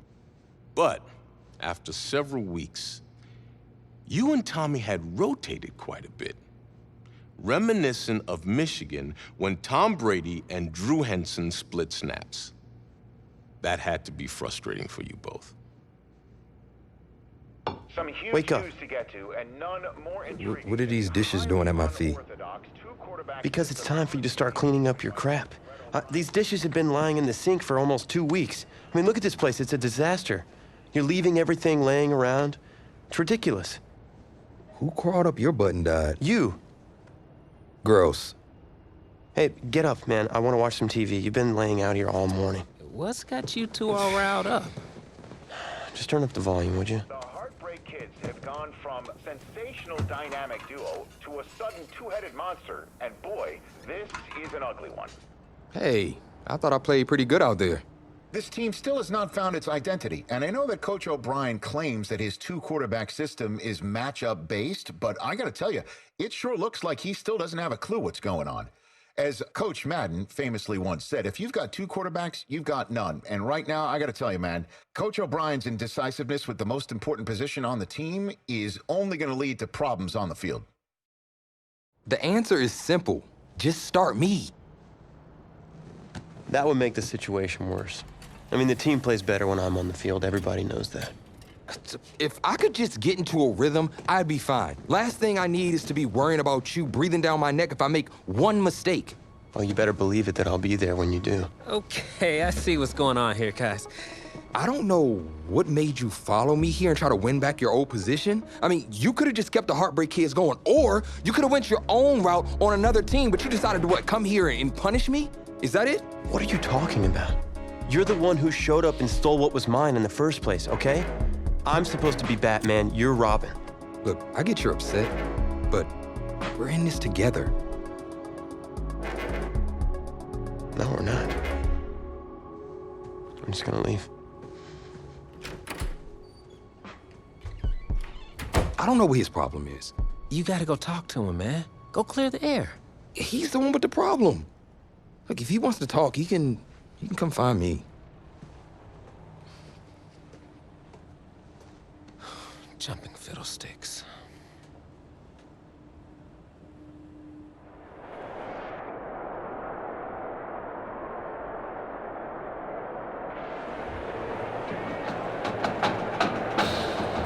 This college football season has been a fun and wild one, and we are now down to 4 as EA Sports is proud to welcome you to AT&T Stadium in Arlington, Texas. This afternoon, it's the first of our college football playoff semifinal matchups, as we'll see the LSU Tigers taking on the Oregon Ducks. For the right to play for a national championship next Monday night in Santa Clara, we are underway from Arlington in the national playoff semifinal. And up to about the 26-yard line, just across the 25.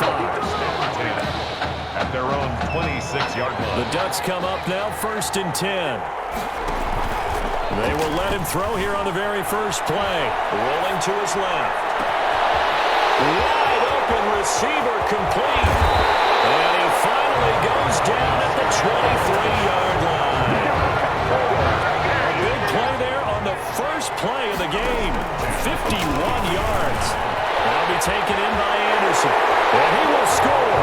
Touchdown Ducks. 23 yards for the touchdown. And the Ducks have taken the early lead. For the extra point. Well, if they didn't get the wake-up call before the game, they got it right now. 2 plays already in the end zone. I think of it in boxing terms because whether it's a big shot with your first one or a probing one, a little bit of a jab, the second one was the payoff. That was the big one that landed. 1-2, end zone. Now after the touchdown, here's Oregon set to kick it off.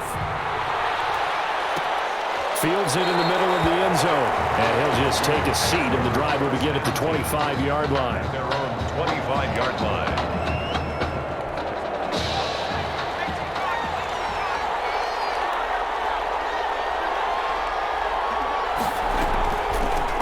They'll start on the ground with Kelly. And from the 25, they work this to the 29, a gain of 4. He's tackled. Well, on every play call, you realize it's not going to go for a touchdown. So a lot of your calls are setting things up for maybe later in the game, trying to establish the inside run with toughness now, hopefully get to the perimeter later. And let's face it, you could do worse than a 4-yard run on first down. And the big fella stuffed that one up in a big way. I think doubling him has to be a priority because you can't move up to the next level if you don't take care of him first. Escape, and down he goes. Well, the beauty of screen passes is they take a little time to develop, and they can often hit big, but sometimes they take too long to develop, and sometimes you get sacked. Yeah, what's perfectly called for a defense to attack a screen?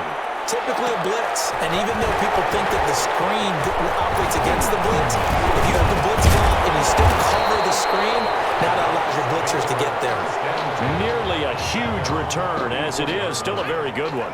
24 yards. And possession will switch hands, 1st and 10. Rolling to his right. And that'll be knocked away.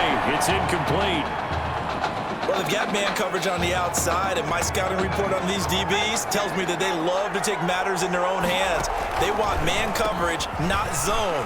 And there was good coverage there that forced the incompletion. 23 yards the pickup there. That's good. What makes a draw play like that successful? Well, we did see where he made the first wave miss, and that was a big part of it, but a lot of it is just being actors back there, making the defense think it's going to be a pass. That one good for 16 as the drive continues. So from the 17 now, here's a 1st and 10. That's complete, right around the end. And he will score. Touchdown, Ducks. Quintez Anderson with his 2nd touchdown in this opening quarter. And the Ducks have furthered their advantage. We discussed how important it was going to be for this quarterback to get off to a hot start. Well, he has done that. 2 first-quarter touchdown passes. after the touchdown. Here's Oregon set to kick it off.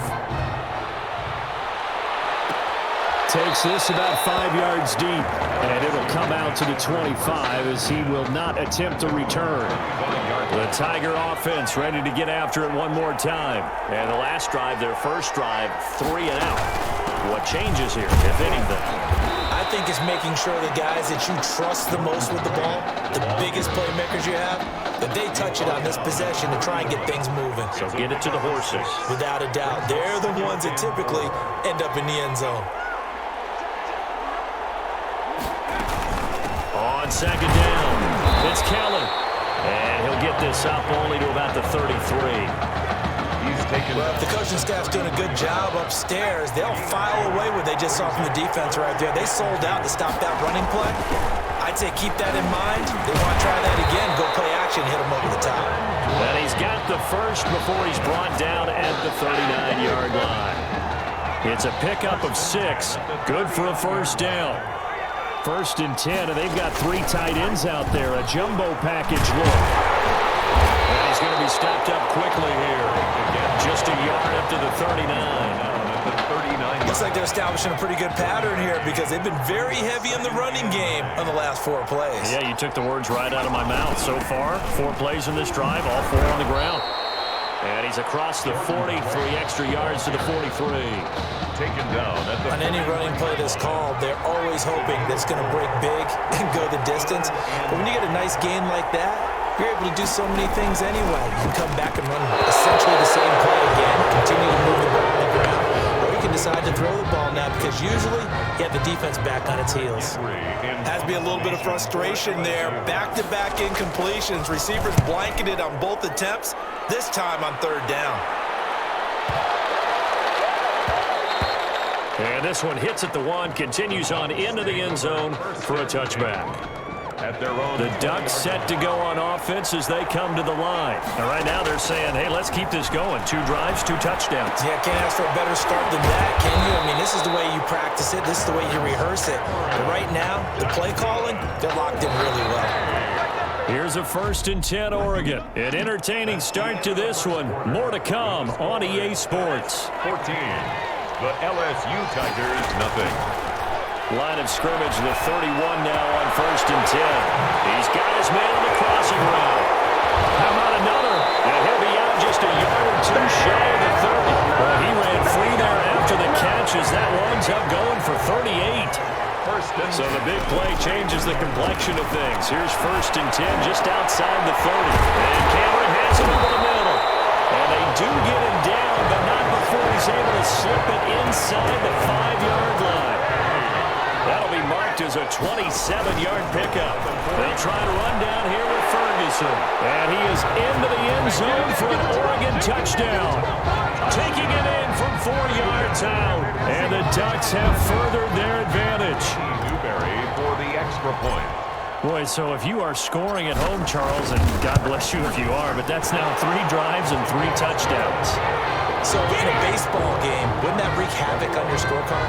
Yes. I mean, with all the action that's happening now, how they got here, whatever cliche you want to bring into it, they're locked into a groove, they're clicking on all cylinders. Bottom line, they're piling up the points. This will make it into the end zone, and no effort to bring this one out. It's a touchback. At their own 25-yard line. The Tiger offense ready to get after it one more time. And some dangerous territory. You're already down 3 scores. A 3 and out here, or an inability to put any points up. This one might be over by half. Yeah, and what you also have to guard against is calling every play for a big shot downfield. You know, thinking you're going to get all these points back on one drive. You're not. And last time I looked, it's still the first half. I'm not saying you have ultimate patience here, but you also don't have to go ahead and force everything either. Ball on the 30. They'll come up with a 2nd and 5. 6 yards the pickup, and that's a first down. And there we saw one of the downsides of blitzing during a rundown because sometimes you get out of your gaps. You don't fit the run quite as well because you're headed towards the ball carrier with abandon. And he's got the first down here and then some, but a penalty flag down. This could very well be coming back. So a decent gain, but all for naught on the penalty. It's too bad, isn't it? They were feeling pretty good about it. Only people celebrating, the guys who just gave up that play.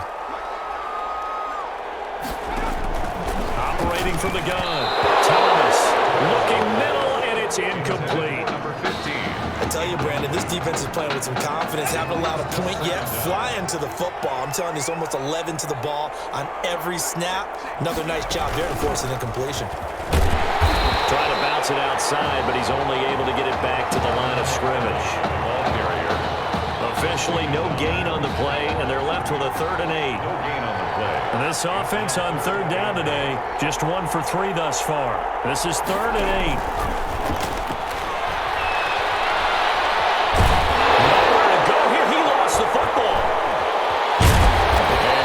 This only to the 41, not near enough for the first. Much like a running back going through the line, quarterbacks have to be aware of protecting the football as well. He left it exposed that time, wound up having it knocked free, but fortunately, had an alert teammate who was able to get it. He's going to field this at the 4. A good return there, 17 yards. First and 10. The Oregon offense on the field, ready for their next possession. And for them, a touchdown their last go-around. Obviously, they'll be hoping to do that again. And when you start plotting for this drive, when you start thinking to yourself, defenders giving chase, but I don't think they're going to get there. And he's into the end zone. Touchdown, Oregon. And nothing too crazy there. A quick slant, and then he just had a seam. He found a seam. And when you hit it on the run like that, and I mean the pass right to the receiver who's already in motion and moving, sometimes he just takes it and runs away from everyone else. And he ran it into the end zone. And the defense, they've got to adjust there quickly. That's tough on them. That's really tough because everything was executed well. Ball was out of his hands quickly, into the hands of the receiver, and then he was gone. And he'll decide to not bring this one out as their drive will begin at the 25. The Tiger offense ready to get after it one more time. So far, they've had 3 drives, 3 punts. Not good. Not good indeed, because you've got to have something to show for being out on the field. Now, sometimes, if you have a game where neither side has scored, 3 punts isn't a bad thing. But when you're trying to set the pace, get up on top in a game, you've got to show better offense and find a way to put some points on the board. They run with it. It's Callan. That's a good job there by the corner. We do talk about this a lot, that a lot of corners see their job as simply covering receivers. Tackling isn't everyone's. Nowhere to go here. He lost the football. And the defense will get their hands on it. Go the other way. Well, probably they went empty set there. No backs in the backfield. All receivers out in the pattern. And in this situation, you know what the quarterback has to do? Act as his own blitz control. Yeah, he's got nobody else there to protect. No one else there to protect, which means he's got to get rid of the football and absorb the hit, but not go down and fumble the ball. Now 2nd and 10. So now they'll come up on 2nd and 10, once again from the 28. And he's brought down, but not before he reaches the 8-yard line. Nothing here. That one a broken play, but it ends up being a good play. The scramble goes for 20. The Ducks will come up now on a 1st and goal situation. And he will have a touchdown. It's their cornerback on his way to a historic performance. 4 first-half touchdowns as his guys continue to put this one out of reach. And he's been a busy man, 5 for 5 now as he knocks another one through to extend the lead. 35. Tigers, nothing.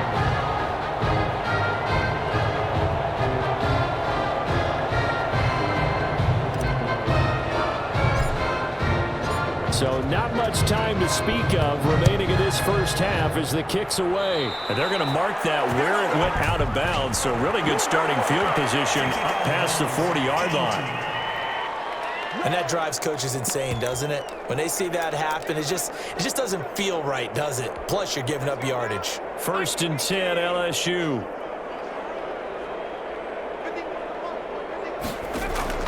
From the gun, Thomas. Being chased out left. Now the offense going to use the first of their timeouts as the stoppage will come with a little under a minute to go in this first half. To throw again on 2nd down. Thomas. And an incomplete pass. Number 15. That'll stop the clock here with just under a minute to play in half number 1. After the incompletion, here now 3rd and 2. He's got his man, Avon. Now another timeout called for by the offense as they get the stoppage with a little over 50 seconds to go in the first half.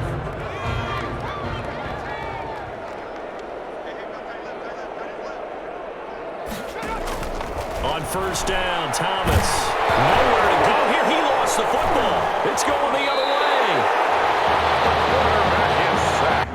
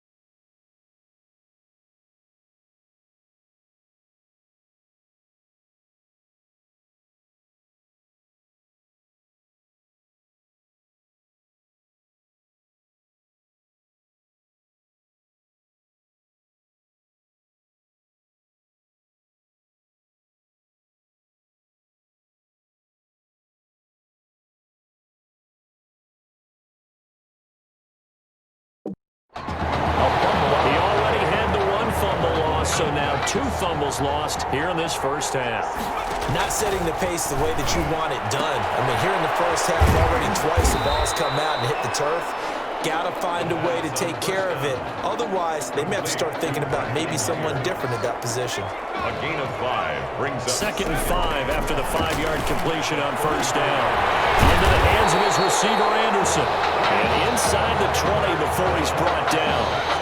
19 yards to pick up there. Move the chains. The Ducks now going to send out their field goal unit. From the right hash, this from 33. And his kick here is good.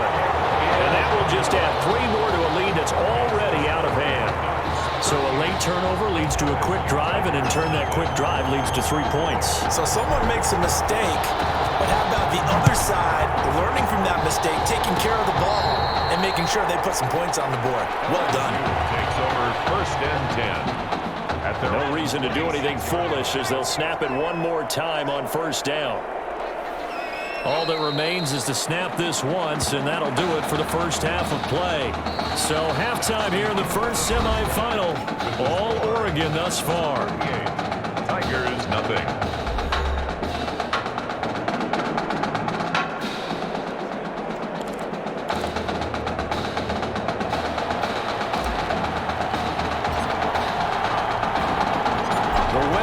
On, the loser goes home as we start the second half of this semifinal matchup. This will make it into the end zone, and he will not bring it out. It's a touchback.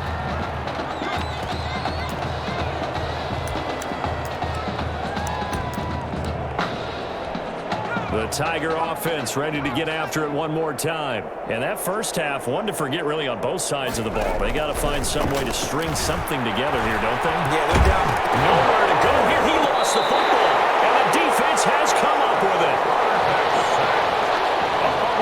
Well, they came out of the locker trailing. Not a good way to start this second half with their first drive. Can't imagine that the discussion at halftime encompassed this at all. In fact, and he is into the end zone for an Oregon touchdown. A great effort there. His 2nd touchdown of the afternoon. And his guys capitalize on the short field as they take it in for 6. And his kick is good. It's the score, Ducks 45. The LSU Tigers, nothing. Now after the touchdown, here's Oregon set to kick it off. Fields it in the middle of the end zone. And he'll just sit on this one as their drive will start at the 25. 25-yard line. The Tiger offense ready to get after it one more time. And the turnover last time, that's sort of been symptomatic of their struggles here in this one. It worked. I like it, though, because you're exactly right. That, don't you? All game long, they've struggled moving the ball, turning it over on the last possession. Is that word again, symptomatic? Yeah. I like that. Your analysis, symptomatic of the success of this broadcast. What I like is that you gave me the word, and I just kept using it. This will be a short gain of 3 before he's brought down at the 22. He was taken down. And with a 3rd and 13 here, the defense in a dime look. Brings up 3rd and 13. Operating from the gun, Thomas. And he will not be able to hang on through the contact. It's incomplete. The coverage strong, and now it's 4th down. And that's one of those plays where it's hard to keep 2 eyes on the football when you know the contact's coming, let alone getting 2 hands around it, hugging it to your body, and absorbing the hit. Even for those big tight ends, who you would think could absorb that contact. A very nice job on the run back there. He'll get 23 yards all told. 45-yard line. The Ducks set to go on offense as they come to the line. They'll run on 1st down. Ferguson, he's got the 1st down and more inside the 40. Down the numbers. There he goes. And he's into the end zone. Touchdown, Oregon. I guess when you look back on it, it was just a matter of time until he popped a big one like that. And, you know, at halftime, you and I discussed it. They had done a nice job on him in the 1st half. But there were a couple of occasions where it felt like he might wiggle out of traffic and take it to the house. Finally here in the 2nd half, that got done. Now after the touchdown, here's Oregon set to kick it off. Taken in the end zone. And this will not be returned. It'll come out to the 25. At their own 25. The Tiger offense ready to get after it one more time. These guys had to punt their last possession, and that's become too familiar of a refrain. Too many of these drives just wound up going nowhere. Under pressure, and down he goes. Man, he got in there so quickly, Charles. What could the offense have done to adjust and account for that? But what you're hoping is that you figure out and you see and get a clue that maybe there's going to be some pressure coming at you, and you change the blocking schemes. Maybe you go to max protection. The biggest one is maybe you bring your running back in to try to keep you clean. But in that case, that didn't happen. 0 accountability, and a sack resulted. Need something from deep in the bag of tricks here after 1st and 2nd down. Went backwards. It's 3rd and very long. That's caught by Kellen. And down he'll go at the 25. So they'll get 15, but that won't be nearly enough. It's 4th down. I don't know how many times, not just in my playing career, but you and I working together, have we ever heard a coach say, you know, I just don't have that play on my call sheet. And that's really what we had here. That was a big hole they were trying to get out of. Yeah, big gain, still a ways to go, though. So a change of possession here on the punt. 7-yard line. The Oregon offense on the field, ready for their next possession. On 1st down, it's Ferguson. This will go for 5 up to the 33. Malcolm Ferguson, the ball carrier. Nice satisfying run on 1st down for the offense, picking up 5, which means defensively, the thought process is entirely different. You don't want to panic, but at the same time, you're saying to each other, we got to tighten this down. We can't give up gains like that. They try to throw on 2nd down, but this one is incomplete. They come up now 3rd and 5 following the incomplete pass. Ferguson on the draw. Missed. He will not go down. They can't corral him. And all the way down to the 24-yard line. Big time pickup there on 3rd and 4. 43 yards. The Ducks come up now 1st and 10. He'll look to throw. He's going to go up top for the end zone. And he knocks the ball away, and it falls incomplete. They've been trying and trying, but they haven't sacked him yet. He's been able to get away and make plays. Tried to make another one downfield right there, but to no avail. They'll have to keep up the pursuit, though, and not let him get hot. They'll get him to the ground at the 20 following a pickup of 4. He's brought down at the 20-yard line. It's a gain of 4. On 3rd down, he'll drop to throw. And he'll be taken down at the 2-yard line. Anderson. That's good. How about a guy proving his worth in different ways? plays. Had a big play in the run game to play before. This time, they go right back. And he is into the end zone for an Oregon touchdown. It's their quarterback scoring on the 2-yard keeper. And this offense is running away with this one. For the extra point. Well, Charles, he's already proven that he's not afraid to tuck that football down on the option, and he's into the end zone for the second time in the game. And that's exactly what you need from your quarterback, the ability to run the ball fearlessly. And in fact, many quarterbacks will tell you running the football doesn't scare them. Standing in the pocket and taking blindside hits, that's what terrifies them. Now after the touchdown, here's Oregon set to kick it off. Takes this about 5 yards deep. And this will not be brought out. It's a touchback. At their own 25-yard line. The Tiger offense ready to get after it one more time. These guys had to punt last time. It has not been a very fruitful game offensively thus far. They haven't even made a trip to the ring. And a loose football. And this is picked up by the defense. First down pass.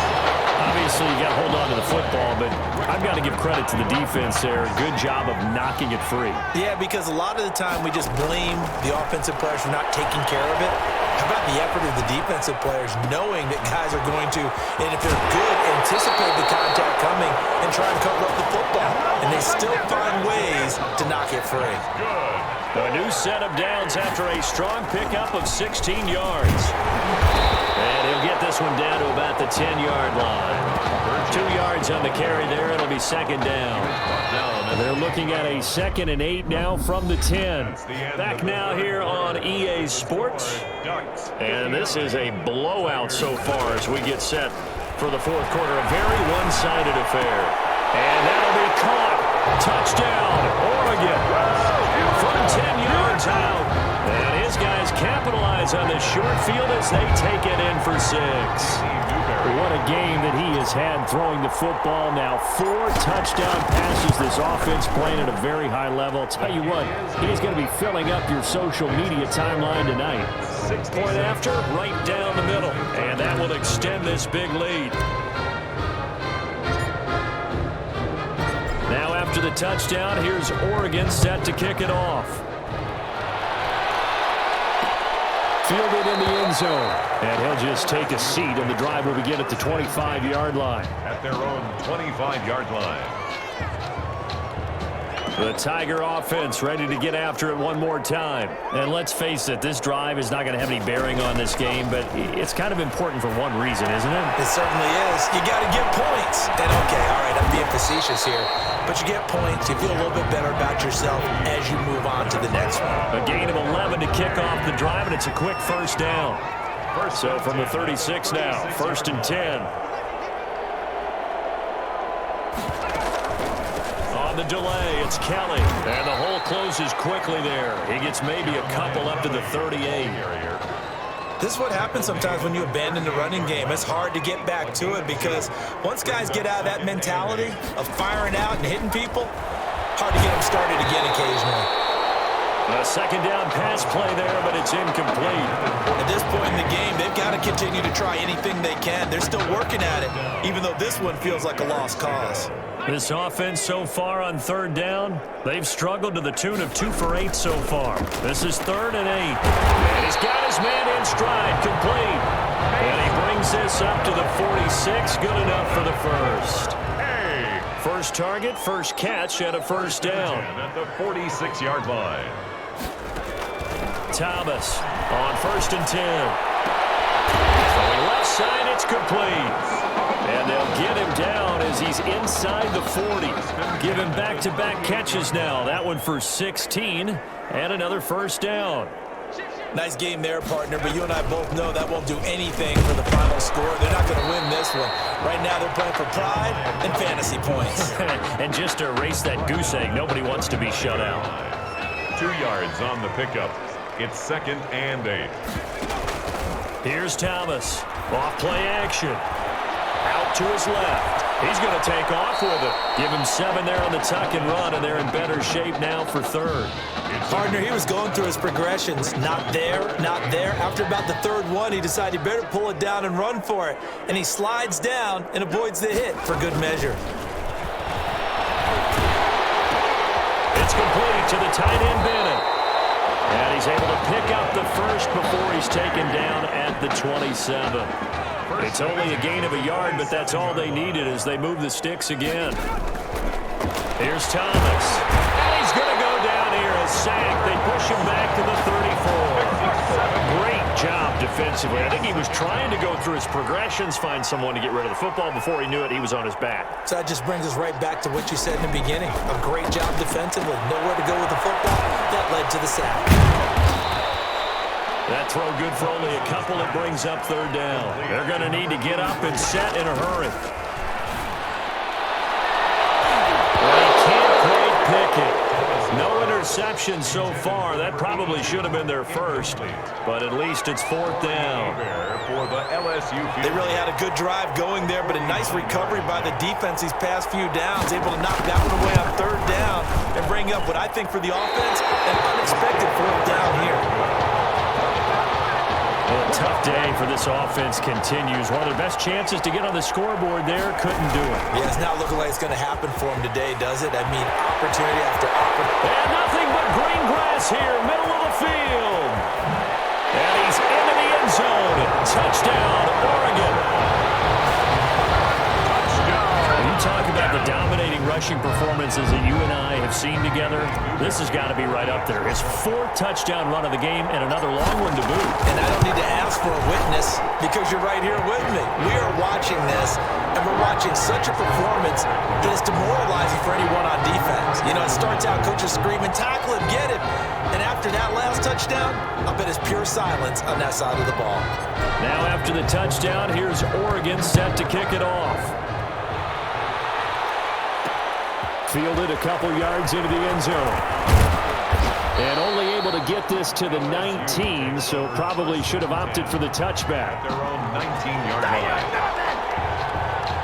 The Tiger offense ready to get after it one more time. Let's just be frank. They're playing for pride at this point. Nowhere to go here. He lost the football. Dangerous spot for them to cough it up. Lucky to have recovered because had the defense gotten it, they were already within a shadow of the goalpost. Yeah, and then you're yelling at your own defense. Sudden change, sudden change. That's not what you want to hear on your sideline. That means you got to run out there and try and stop an offense who has the ball in a very advantageous position. Brings up third down.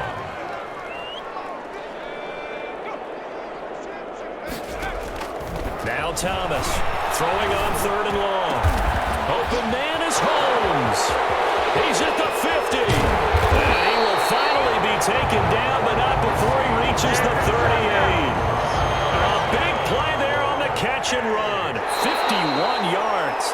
First and 10 at the 38. So on the strength of 4 touchdown passes from their junior quarterback, the Oregon Ducks are moving on to play for a national championship.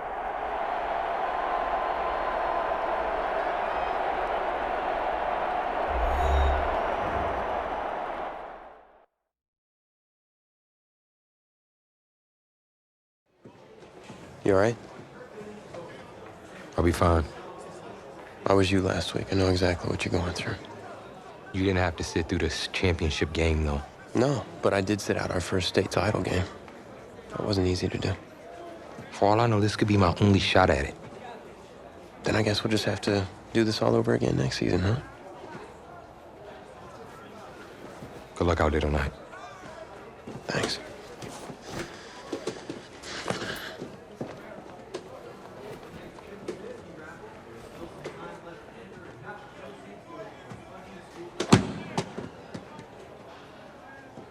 Who rained on your parade, Little Miss Sunshine?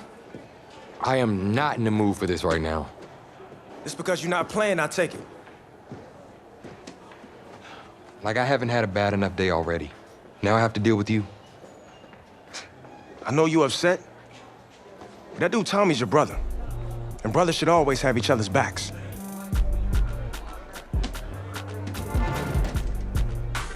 And wipe that sourpuss look off your face. It's game time.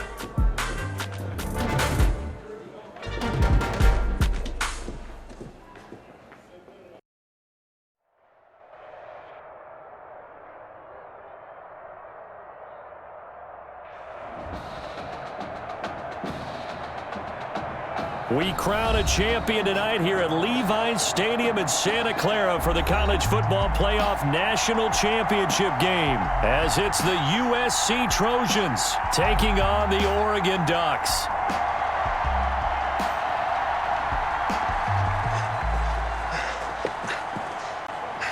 You okay, son? Yeah, Coach, I just... Tommy, you all right, Tommy? We need some help over here! Hurry! You got my back, right? Of course.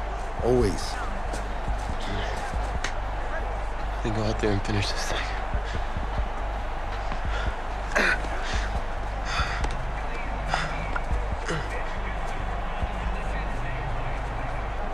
One shot. That's all any of us ever really gets. Waited my whole life for my one shot at being a head coach. And here I am. This is your one shot to go out there and show the world who you are. Are you the guy who's going to lead this team to victory? Or are you going to be remembered as the guy who got caught up in the moment and let it all slip away? I know you're worried about Tommy. Sure, we all are. But this is your one moment. Now get after it, son. Get some.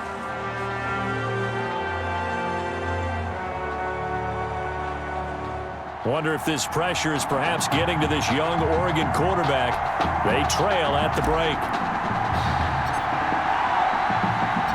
Back now in this national championship game and what has been a tough defensive battle. And as we get ready for the second half kickoff, worth noting that Tommy Matthews does not appear to have exited the locker room with his team. I'll keep you updated as we receive more information. The Trojan offense ready to get their next drive started. Their defense has done the job. Now it's the offense's turn as they've got it 1st and 10.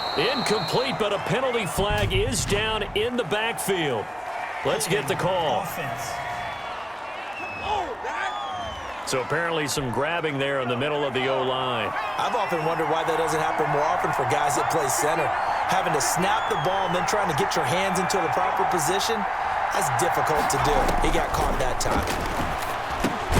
They go over the middle, and it's complete to start the drive. And he'll be about a full yard shy of the 20 at the 19-yard line.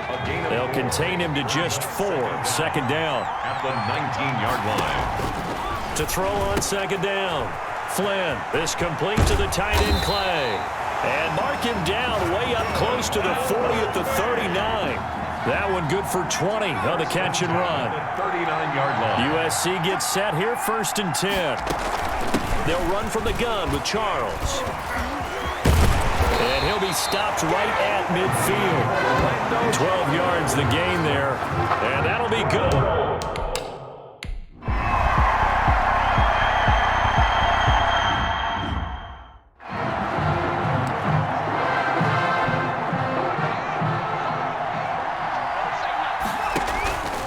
From the midfield stripe, they'll look to throw. Now he'll escape to his left. And he's got this down to the 35. The escapability in evidence there is that one good for 15 and a first. 35-yard. Man, defensively, that hurts. They got him out of his rhythm. They had him hemmed in, but somehow he was able to tuck it away and get away for a gain. They'll look to throw here on 1st down. This is Gibbons over the middle. And inside the 20 before he's brought down. Right about 20 yards on the pickup. Officially, they'll say it's going to go for 19. And now he'll tuck it and run. Only a yard on the keeper, and it'll be 2nd down. That was a really nice play, be able to stack that one up. When they get back in the huddle, he's got to tell his guys up front, great job. They kept people off of him. And he will score. Touchdown, Ducks. A 15-yard touchdown grab. And the Ducks have it.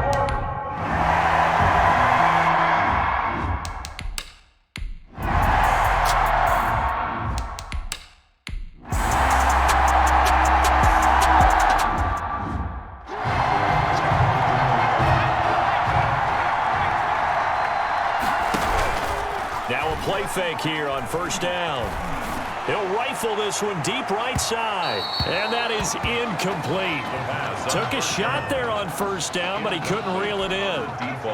Third quarter of a tight football game as we come up on a 2nd and 10. Now this one over the middle into the hands of his tight end, complete. The 40. He's at the 30. 10. And he's into the end zone. Touchdown, Oregon. Well, since he's coming to the game at quarterback, 2 trips into the end zone, and this offense starting to look remarkably...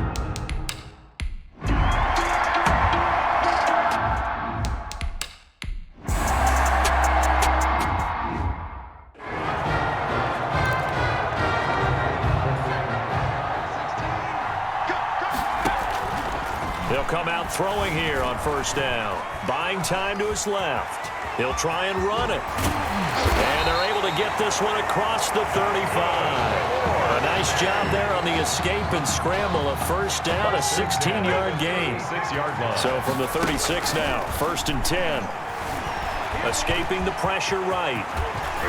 And he'll be taken down, but not before he works it past the 50. A nice job there on the escape and scramble. A 1st down, a 16-yard gain.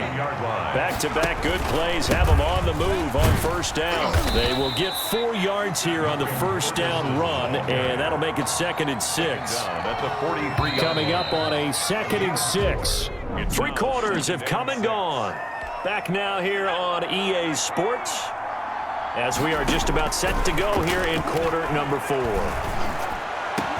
There's a throw over the middle. It's taken in by his tight end. And he's taken down, but not before reaching the 10-yard line. 33 yards that time. So not quite a 1st and goal. It's 1st and 10. And he will score. Touchdown, Ducks. From 10 yards out. And the Ducks have furthered their advantage. Remember, Charles, with Tommy Matthews under center, they weren't able to get the ball into the end zone. They had a single field goal, but he exits the game at half. And this offense since then, they've been on fire.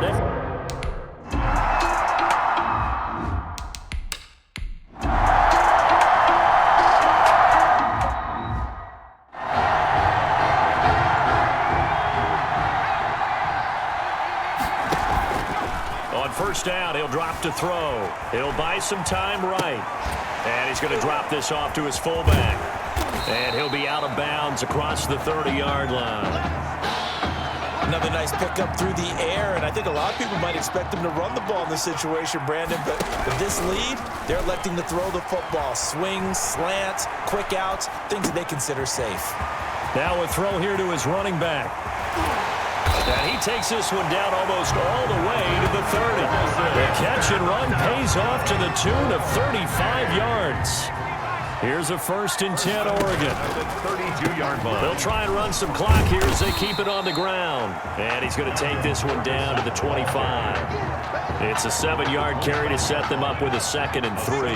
Pickup brings up 2nd and 3. Right back to Ferguson. And some room to work.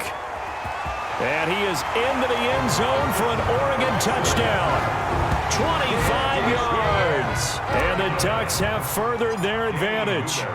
Could not block that one any better. Everyone was accounted for, and a great surge by the offensive line.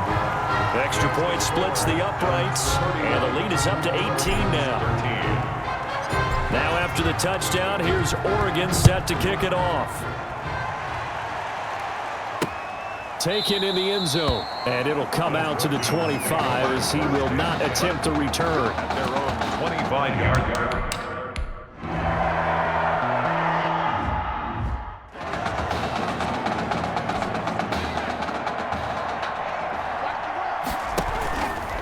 They'll run on 1st down. Burgess. And shedding his way forward. 20. You know they pay me extra. And he's into the end zone. Touchdown, Oregon. Touchdown, Oregon. That was a pretty impressive touchdown play. Those broken tackles, those weren't easy to get by. No, they really weren't. And they've had trouble tackling throughout this ball game. But on this particular play, how about that move? Or I should say moves with an S. Because I don't care if you're a great tackler. You had trouble getting him on the ground on that play. And he's been a busy man, 5 for 5 now as he knocks another one through to extend the lead. 38, Trojans 13. Now after the touchdown. Here's Oregon set to kick it off. And this carries into the end zone. And no effort to bring this one out. It's a touchback. At their own 20. The SC offense about set to take over here. And there are parts of their last drive they'd like to emulate. And, of course, they'd like to forget the ending, the interception. But they did put together, Charles, a nice sustained drive to get him down the field. Yeah, and unfortunately for them, the only thing that matters is part 2, right? Because once it threw the interception.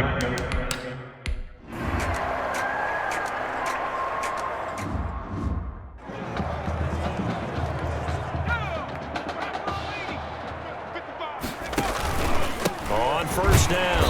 It's Ferguson. And that play went nowhere. Losing yardage. It'll be back at the 36.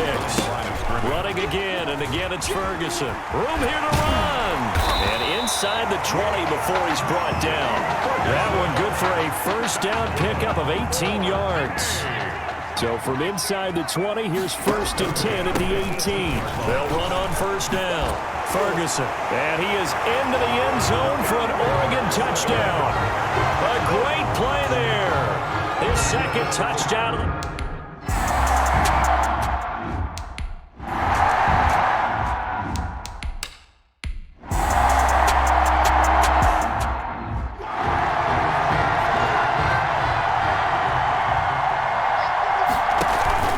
On first down, it's Ferguson. And he'll go down at the 26, following a gain of 6. That's it. That's what you want. Straight ahead positive gain. Just keep that clock ticking. Brings up 2nd and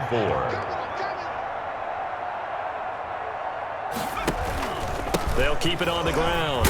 Ferguson. Tonight's. They changed quarterbacks at half and did not miss a beat. Here they are, your national champions.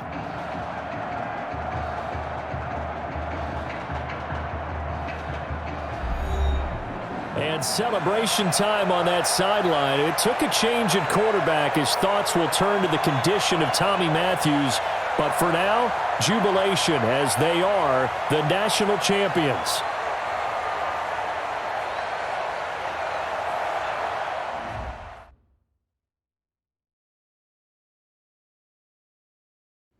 Well, Tommy's injury certainly was a setback.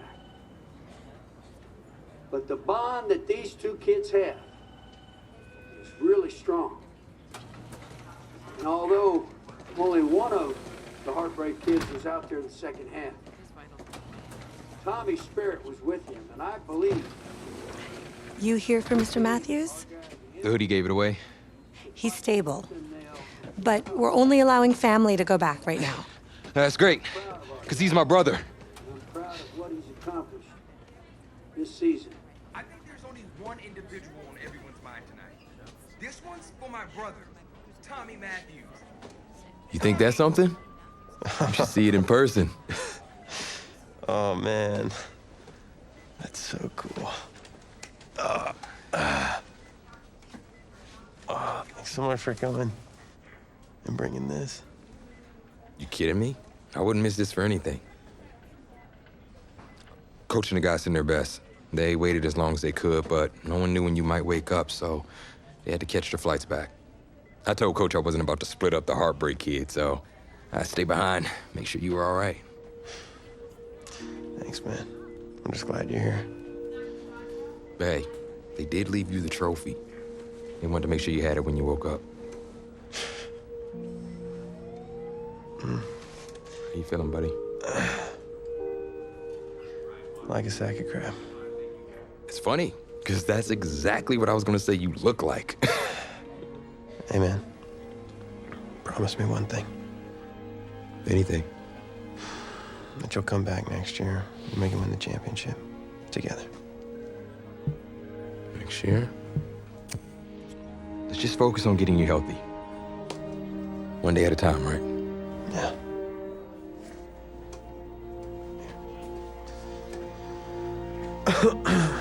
Doc said I shouldn't overdo it. Did she say what caused all this? Yeah. Something about the stress from my filthy roommate leaving his dishes lying around the apartment.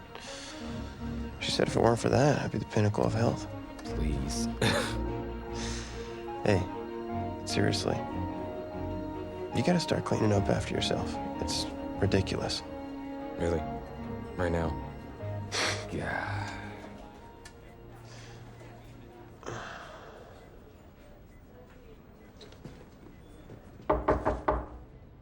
Is that him? He's an hour early.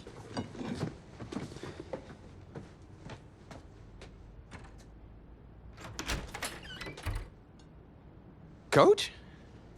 Don't look too disappointed. No, I was just expecting Tommy. Come in. Care for a cupcake?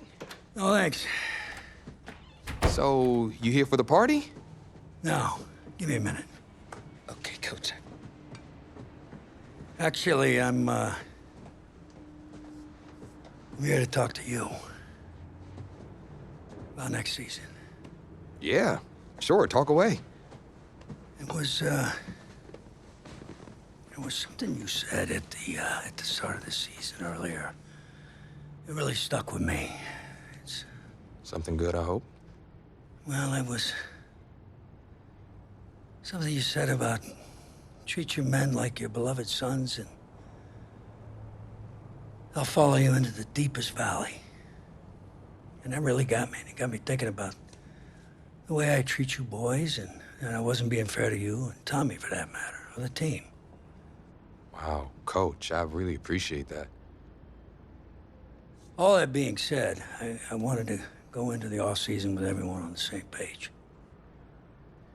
I figured the best way that we could do that would be to announce a starter.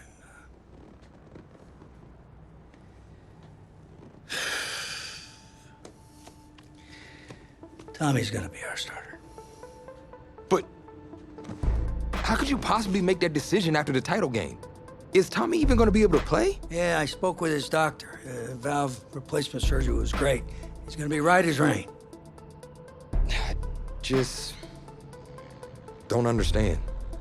I know this is hard for you.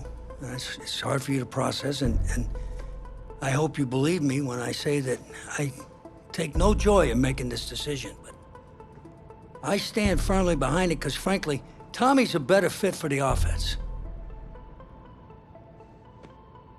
Well, what does this mean for me? Well, it means that you are at a monumental crossroads in your life, and you've got two choices. You can enter the draft, and based on what you did last year, I'd say you'd be lucky to get picked in the 3rd round. But realistically, you're looking at a late-round selection, if at all. Jeez, don't sugarcoat it for me. Well, I'm trying to be open and honest with you from this moment forward. I'm giving it to you as I would my own beloved son. And my other choice? Well, the way I see it, you got too much raw athleticism to waste sitting on the bench. Your talent is a true gift. And it's one that I'm gonna give you the opportunity to show it to the world. And how's that? You get to pick a new position on offense and get your Heartbreak Kids thing going back again. Heartbreak Kids. I appreciate the faith, Coach, but if I'm gonna play QB at the next level, seems like leaving now is my only shot. That's probably true. Wow. I did not expect all this to come to a head so soon. Well, anything you need, just call. And when those NFL coaches come calling, trust that I'll have your back.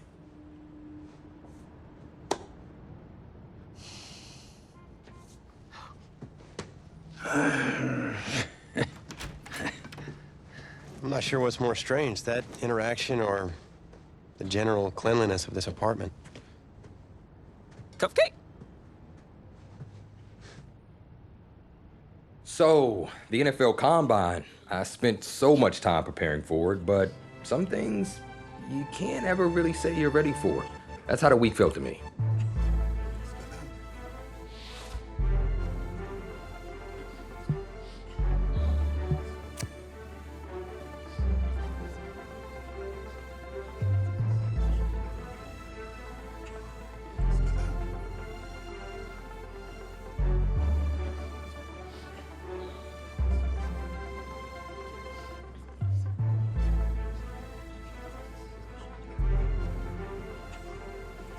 I walked away from the press conference feeling a buzz. I said a lot of things, but will my performance back it up?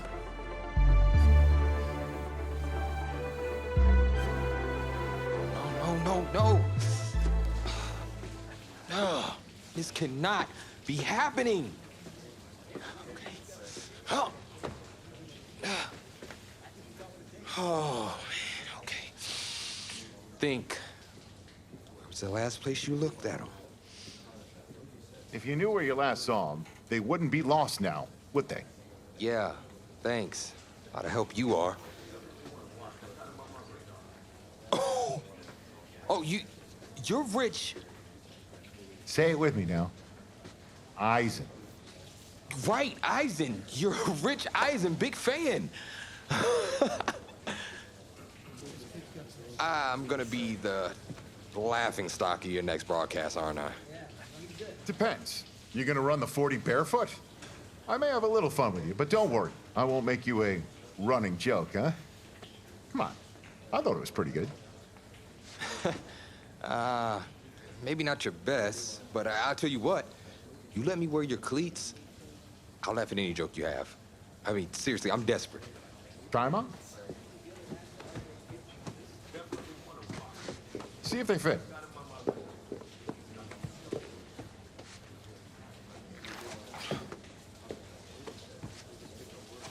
What's the verdict? Perfect fit, but honestly, and I don't mean to sound ungrateful, but they're a little damp. They're like really damp. Did you go swimming in these? Thought you said you were a fan. If you were, then you'd know I just ran my annual Run Rich Run 40 for charity. Right. How'd it go? Let's just say my days of keeping up with Saquon Barkley are behind me. Maybe you'll fare better than I did out there. What was your time? 5.98, baby. Well, I can't do any worse. I've seen statues move faster than that. All right, well, I want you to go out there and post a time of at least 4.6. Think you could swing that? Of course. 4.6?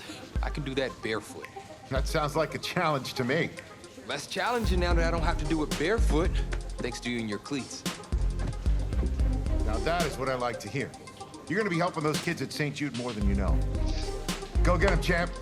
Hope those shoes bring you good luck and an even better 40 time. Thanks again, man. Whew. Yep, I feel it.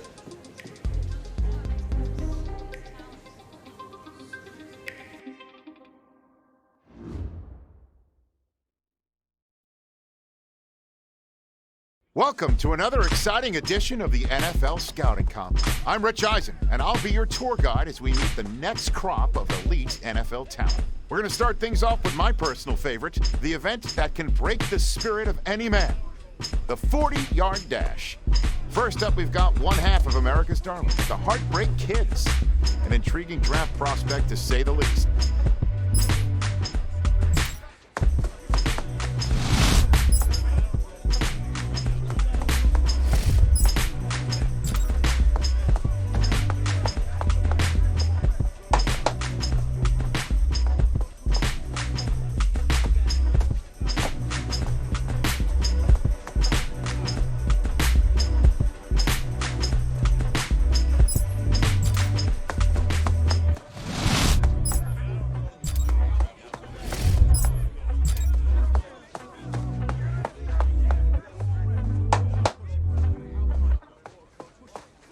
We'll see him up next for the skills portion of this year's NFL Scouting Combine. Okay. Ready, set. Set up. Yeah. Ready. Cut. Woo, woo, woo. What was that? Ready up.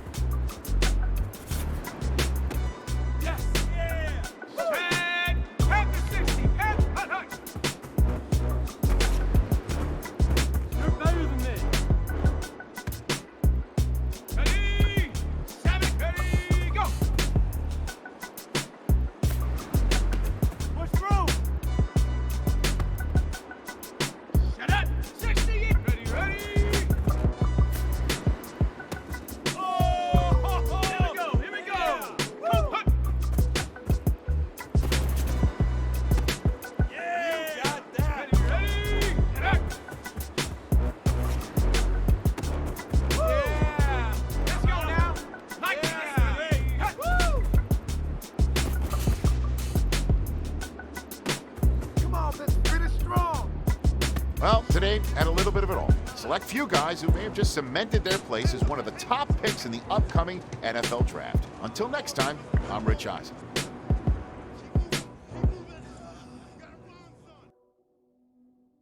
Welcome to the 2020 NFL Draft. Sure, the experts have done 2.7 million mock drafts, but you can toss those babies out the window. And we're back in the fourth round of the draft. The talent herd is beginning to thin, but there are still some real studs out there. Hey, this is the offensive coordinator of the Los Angeles Rams. How you feeling right now? Oh, everything's great, Coach. Well, look, son, we've been following you for quite some time, and we believe you could be an integral part of this team. Thank you, sir. Thank you so much. I can't tell you how much this means to me. And I'm ready to do whatever it takes to show you I'm worth your pick. I know you will. I'll expect you to show up ready, okay? I'll be the first one there. Can't wait. And I'm just getting confirmation that the pick is in. Let's take it to the podium to see who the next pick in the draft is going to be. What a phenomenal pick. This kid has shown some elite abilities on the field. He's a freak athlete, totally capable of taking over a game in the right system.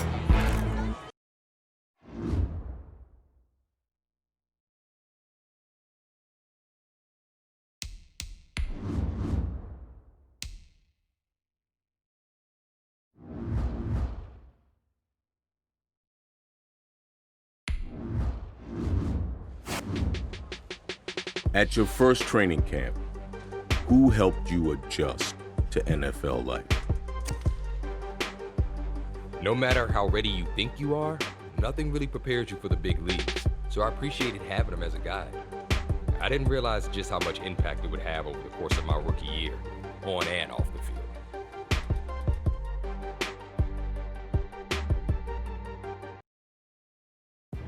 Well, we finally get to see at least one of our beloved Heartbreak kids in action on the field. Look, I'm a founding member of the Heartbreaker fan club, going all the way back to their high school days. So, needless to say, I for one have been dying to see them step onto an NFL field and show everyone what they can do since we last saw them lighting the world on fire in the college ranks. But as excited as I and the rest of the Heartbreakers are to see them take the field, it's a moment we may all have to wait for until next season.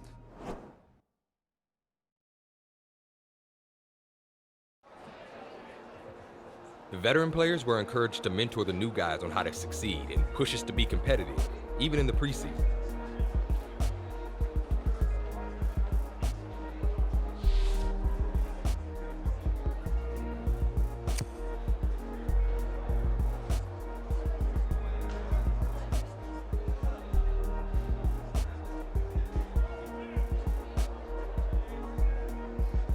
I appreciated that he took me under his wing, and our extra reps after practice helped me get dialed in.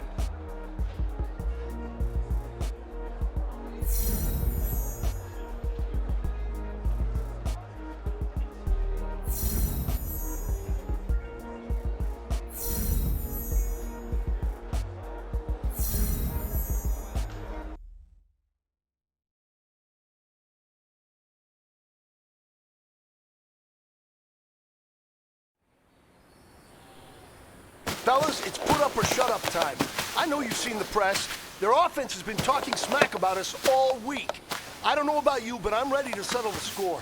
Let's focus on the game plan and get ready for Sunday.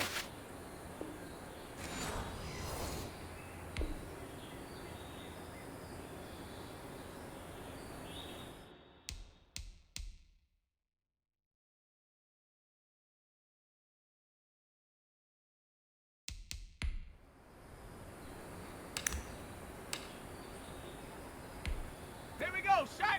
Cowboy 80. Go.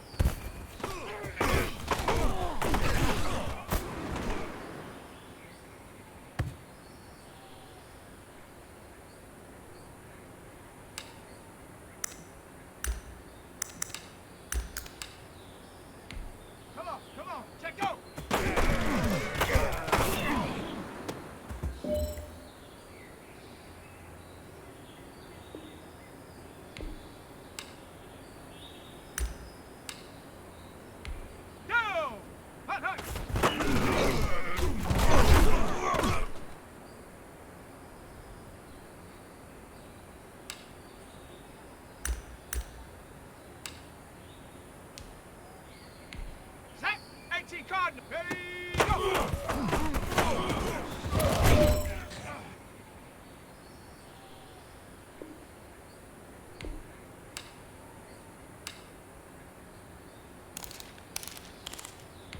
Let's go.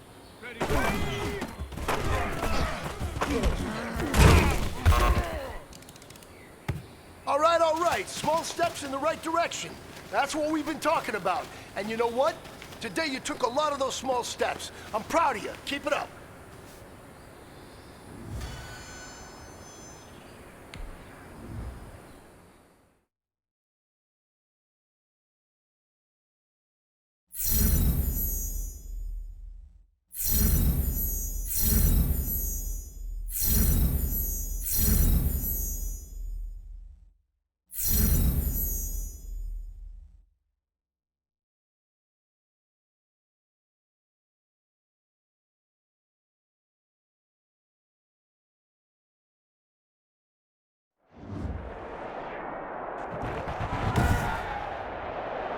Tonight, from SoFi Stadium in Inglewood, California, it's week 1 of the NFL preseason on EA Sports. And we are underway from SoFi Stadium. Fielded in the end zone. And they will elect to not bring this one out as our first drive will begin at the 25.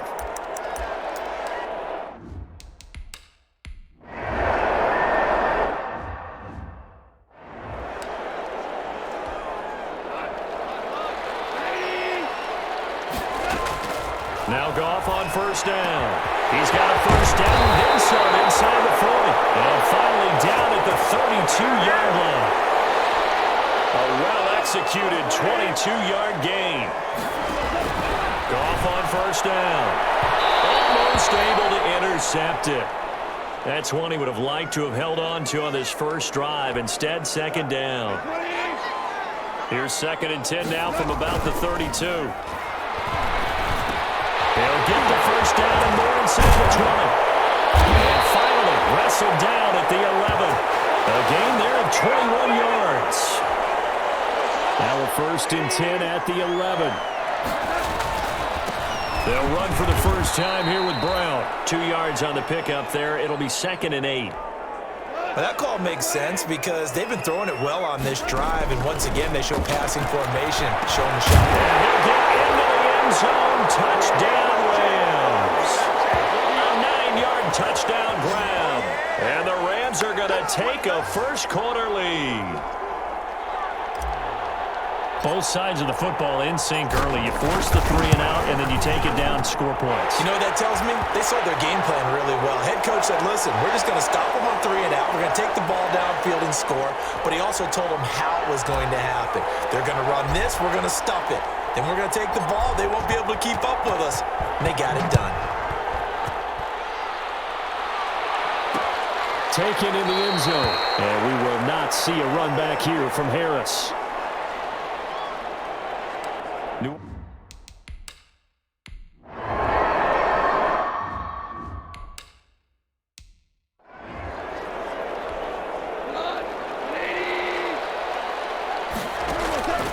on 1st and 10, Goff. He'll get this one to Cup, complete. And he'll get this up to the 34-yard line. First play of the drive going for 14 and a first down. From the 34 now, here's 1st and 10. Throw over the middle, taken in. And getting this just shy of midfield. They'll spot it at the 49. Another first down as they call his number again. He's got 15 yards here. Back-to-back good plays have him on the move on first down.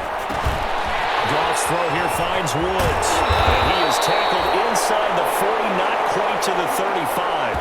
15 yards last play and 15 yards here this go-around. So in Saints territory now. Here's 1st and 10 at the 36. And he was hit as he threw it there, and it forces it incomplete. So after the incompletion on first, now 2nd and 10. Goff's throw taken in by Reynolds. And this is going to be another first down as the tackle's made at the Saints 14. 22 yards on the catch and run, a first down. Here's a 1st and 10 at the 14-yard line. From the red zone now, Goff. And he's going to take this one in for a Rams touchdown. A 14-yard touchdown. And the Rams add on to their lead. There's not much that's perfect in football, but that's about as close to it as you're going to get. Score, force a punt, score again. And both drives were impressive. The opening drive was, that last one was.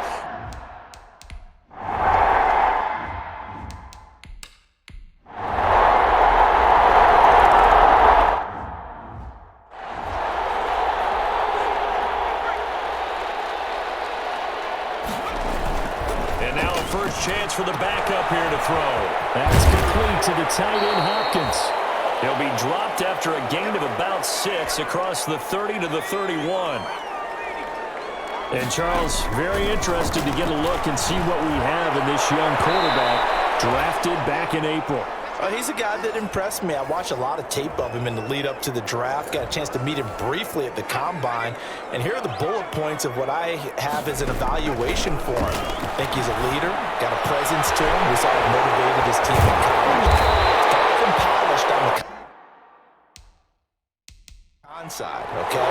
Decision-making, that needs to improve.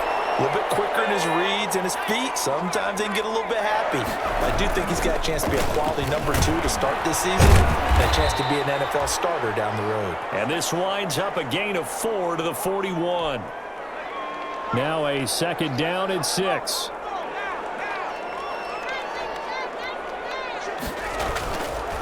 They're going to look to throw.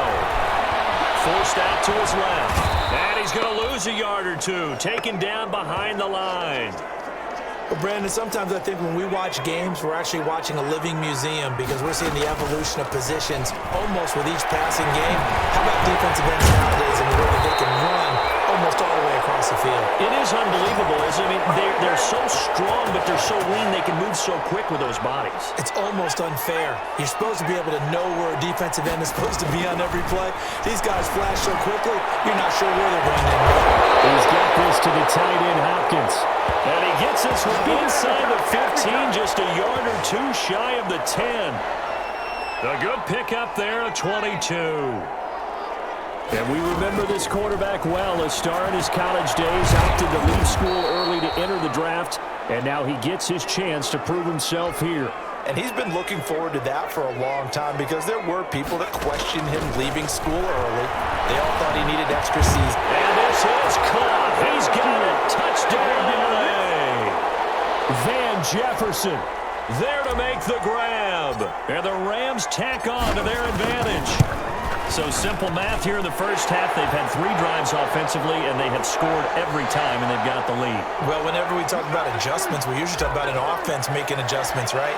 This is all about the defense. They've got to figure out some way, somehow to slow them down. Do they blitz a little bit more? Do they play more zone coverage? Right now, they don't know where to go because they're hitting them in every direction. And no return from Montgomery. Bring it out to the 20.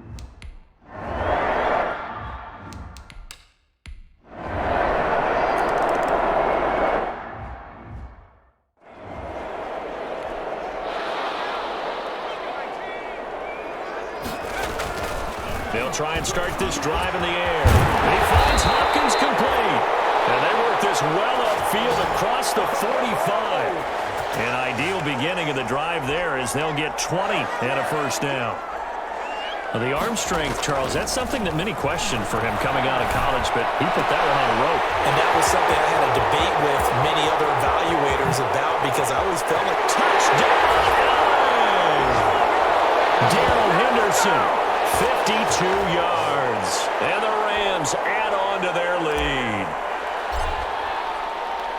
That's a pretty quick response to that last touchdown drive. It seemed like they may be giving up momentum. Not so fast. No, not at all, because they ended up pushing the lead up once again, and you're exactly right.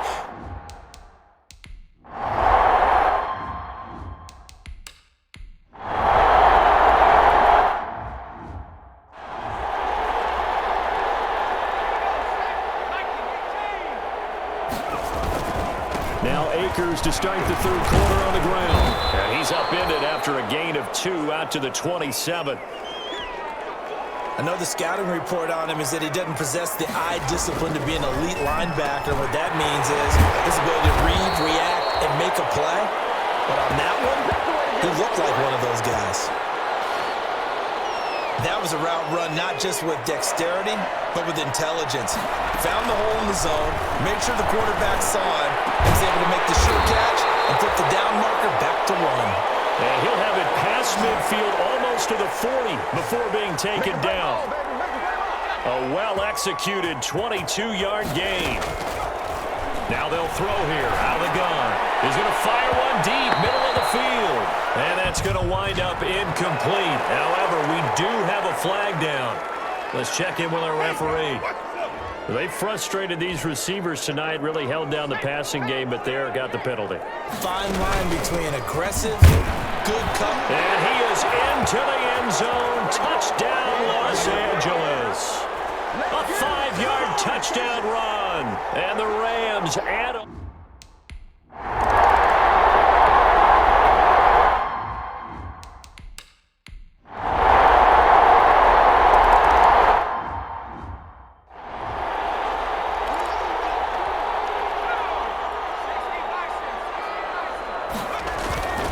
Here's a play fake as they set up to throw. Complete. Jefferson to target. And they get him down, but not before he takes it across the 40-yard line. 16 yards right off the bat and a first down. One play has him up past the 40 already and another 1st and 10. Now a man open down the middle of the field. And he will be marked down inside of New Orleans 10. A big play there for L.A. 49 yards. The chain gang hustling to catch up. Here's 1st and goal from just inside the 10. This will be caught at about the 5. That'll bring up 2nd and goal after the gain of 5. 2nd and goal from inside the 5. And he will score. Touchdown, LA. Taking it in from 4 yards out. And the Rams tack on to their advantage. Well, I'd have to say that for him, that was an all-encompassing drive because it was his arm that got his team down to that point, but his legs that finished the deal. Give him credit for making it happen. Extra point right down the middle, and that'll push the lead up to 29 now. The kickoff team on the field now as they will send this one away. Fielded in the end zone, and no return from Montgomery. Bring it out to the 25.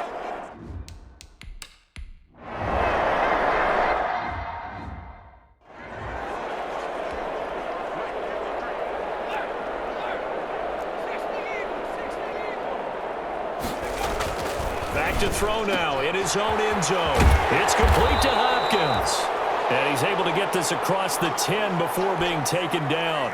It'll be a pickup of 10 yards. And it'll move the chains. And that is going to do it for this third quarter of action. And that'll do it for the end of the third quarter. You're watching preseason football on EA Sports. From down at the 12, it's 1st and 10.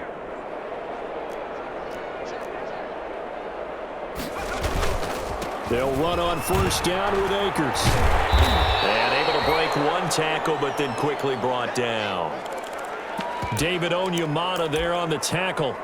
Brandon, I've got to think this offensive line has got some smiles on its faces. And I know it sounds crazy, but they practiced for this back in training camp. They knew they'd be in situations. There'd be extra defenders in the box coming after them, trying to keep them from locking down a game.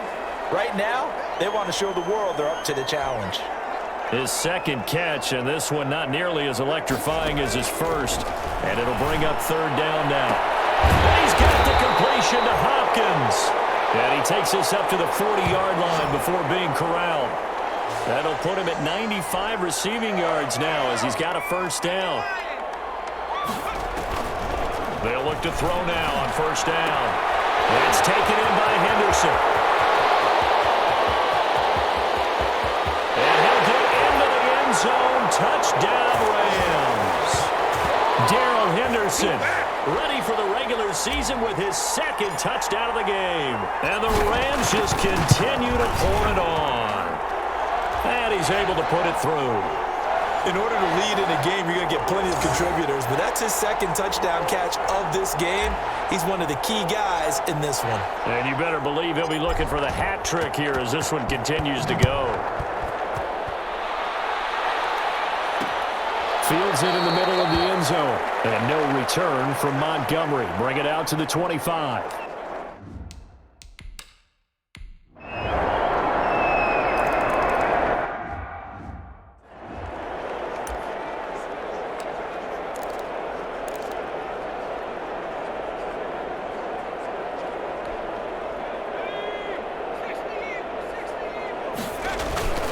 They'll begin on the ground with Akers. And they get him down, but not before he takes it across the 40-yard line. The drive starting play, a good one. Give him 19. Seemed like a couple sets of eyes were on the quarterback, so he decided, hey, I'm going to hand this off. Got a good gain out of it. And you know you need good blocking up front in order to gain yardage, but every one of these RPOs, if you do it right and they look the same, whether it's handed off inside or the quarterback keeps it, that allows you to fool the defense so often. And in this case, fooled them with the inside run. And some room to maneuver. And he'll go down, but not before getting this inside the 30. That one covers 29 yards. First down. Just 2 minutes remaining here in the fourth quarter of what has been a one-sided affair. So it's Rams football here as we get you reset. And they have just about put this one on ice as they've got it here, 1st and 10. Add the gain here to the previous play, and it's better than 40 yards total. A lot to praise on this drive, obviously. I know you're seeing what I'm seeing. Those guys up front, they're getting it done. Doesn't matter what play is called. They are handling their business at the line of scrimmage. And they are going to score again. Yet another touchdown as they just add to their totals. He has really settled in throwing the football, and that touchdown here in the fourth quarter gives him a pretty comfortable cushion. He may be a rookie, but he's playing like fourth quarter, and the QBing is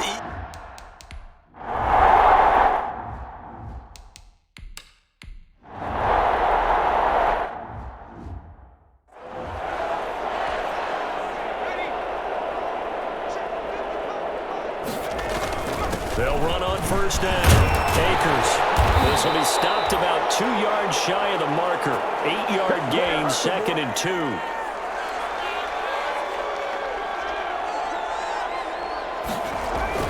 That one looks like he'll throw here. Working the middle here. That's complete to Everett, the tight end. And they work this near the 5. He'll be stopped at the 6. Well, they probably don't need to run a play here, but you wonder if they're going to be able to resist on 1st and goal. And he will get into the end zone. It's another touchdown. This thing is ugly. well, partner.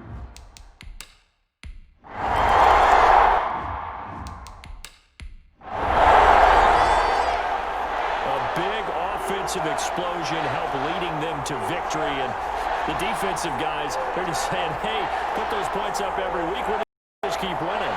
They will gratefully accept them, won't they? It makes their job that much easier when they're scoring that many points. Allows them to play with a totally different style and a different flow. So that'll do it for us. For Charles Davis and all our crew, I'm Brandon Gaudin. You've been watching the NFL on EA Sports. With that, we say good night from Los Angeles.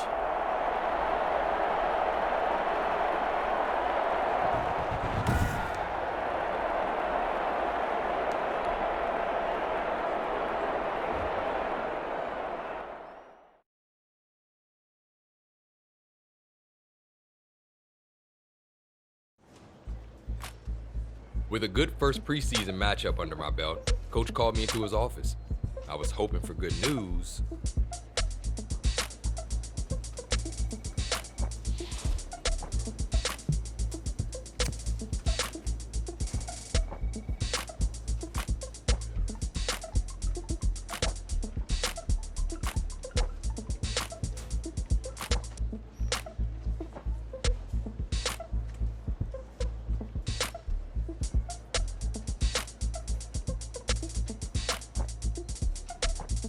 I tried to come to terms with the fact that my view for the rest of the year would be from the sidelines, not the line of scrimmage. But life has a way of surprising you sometimes.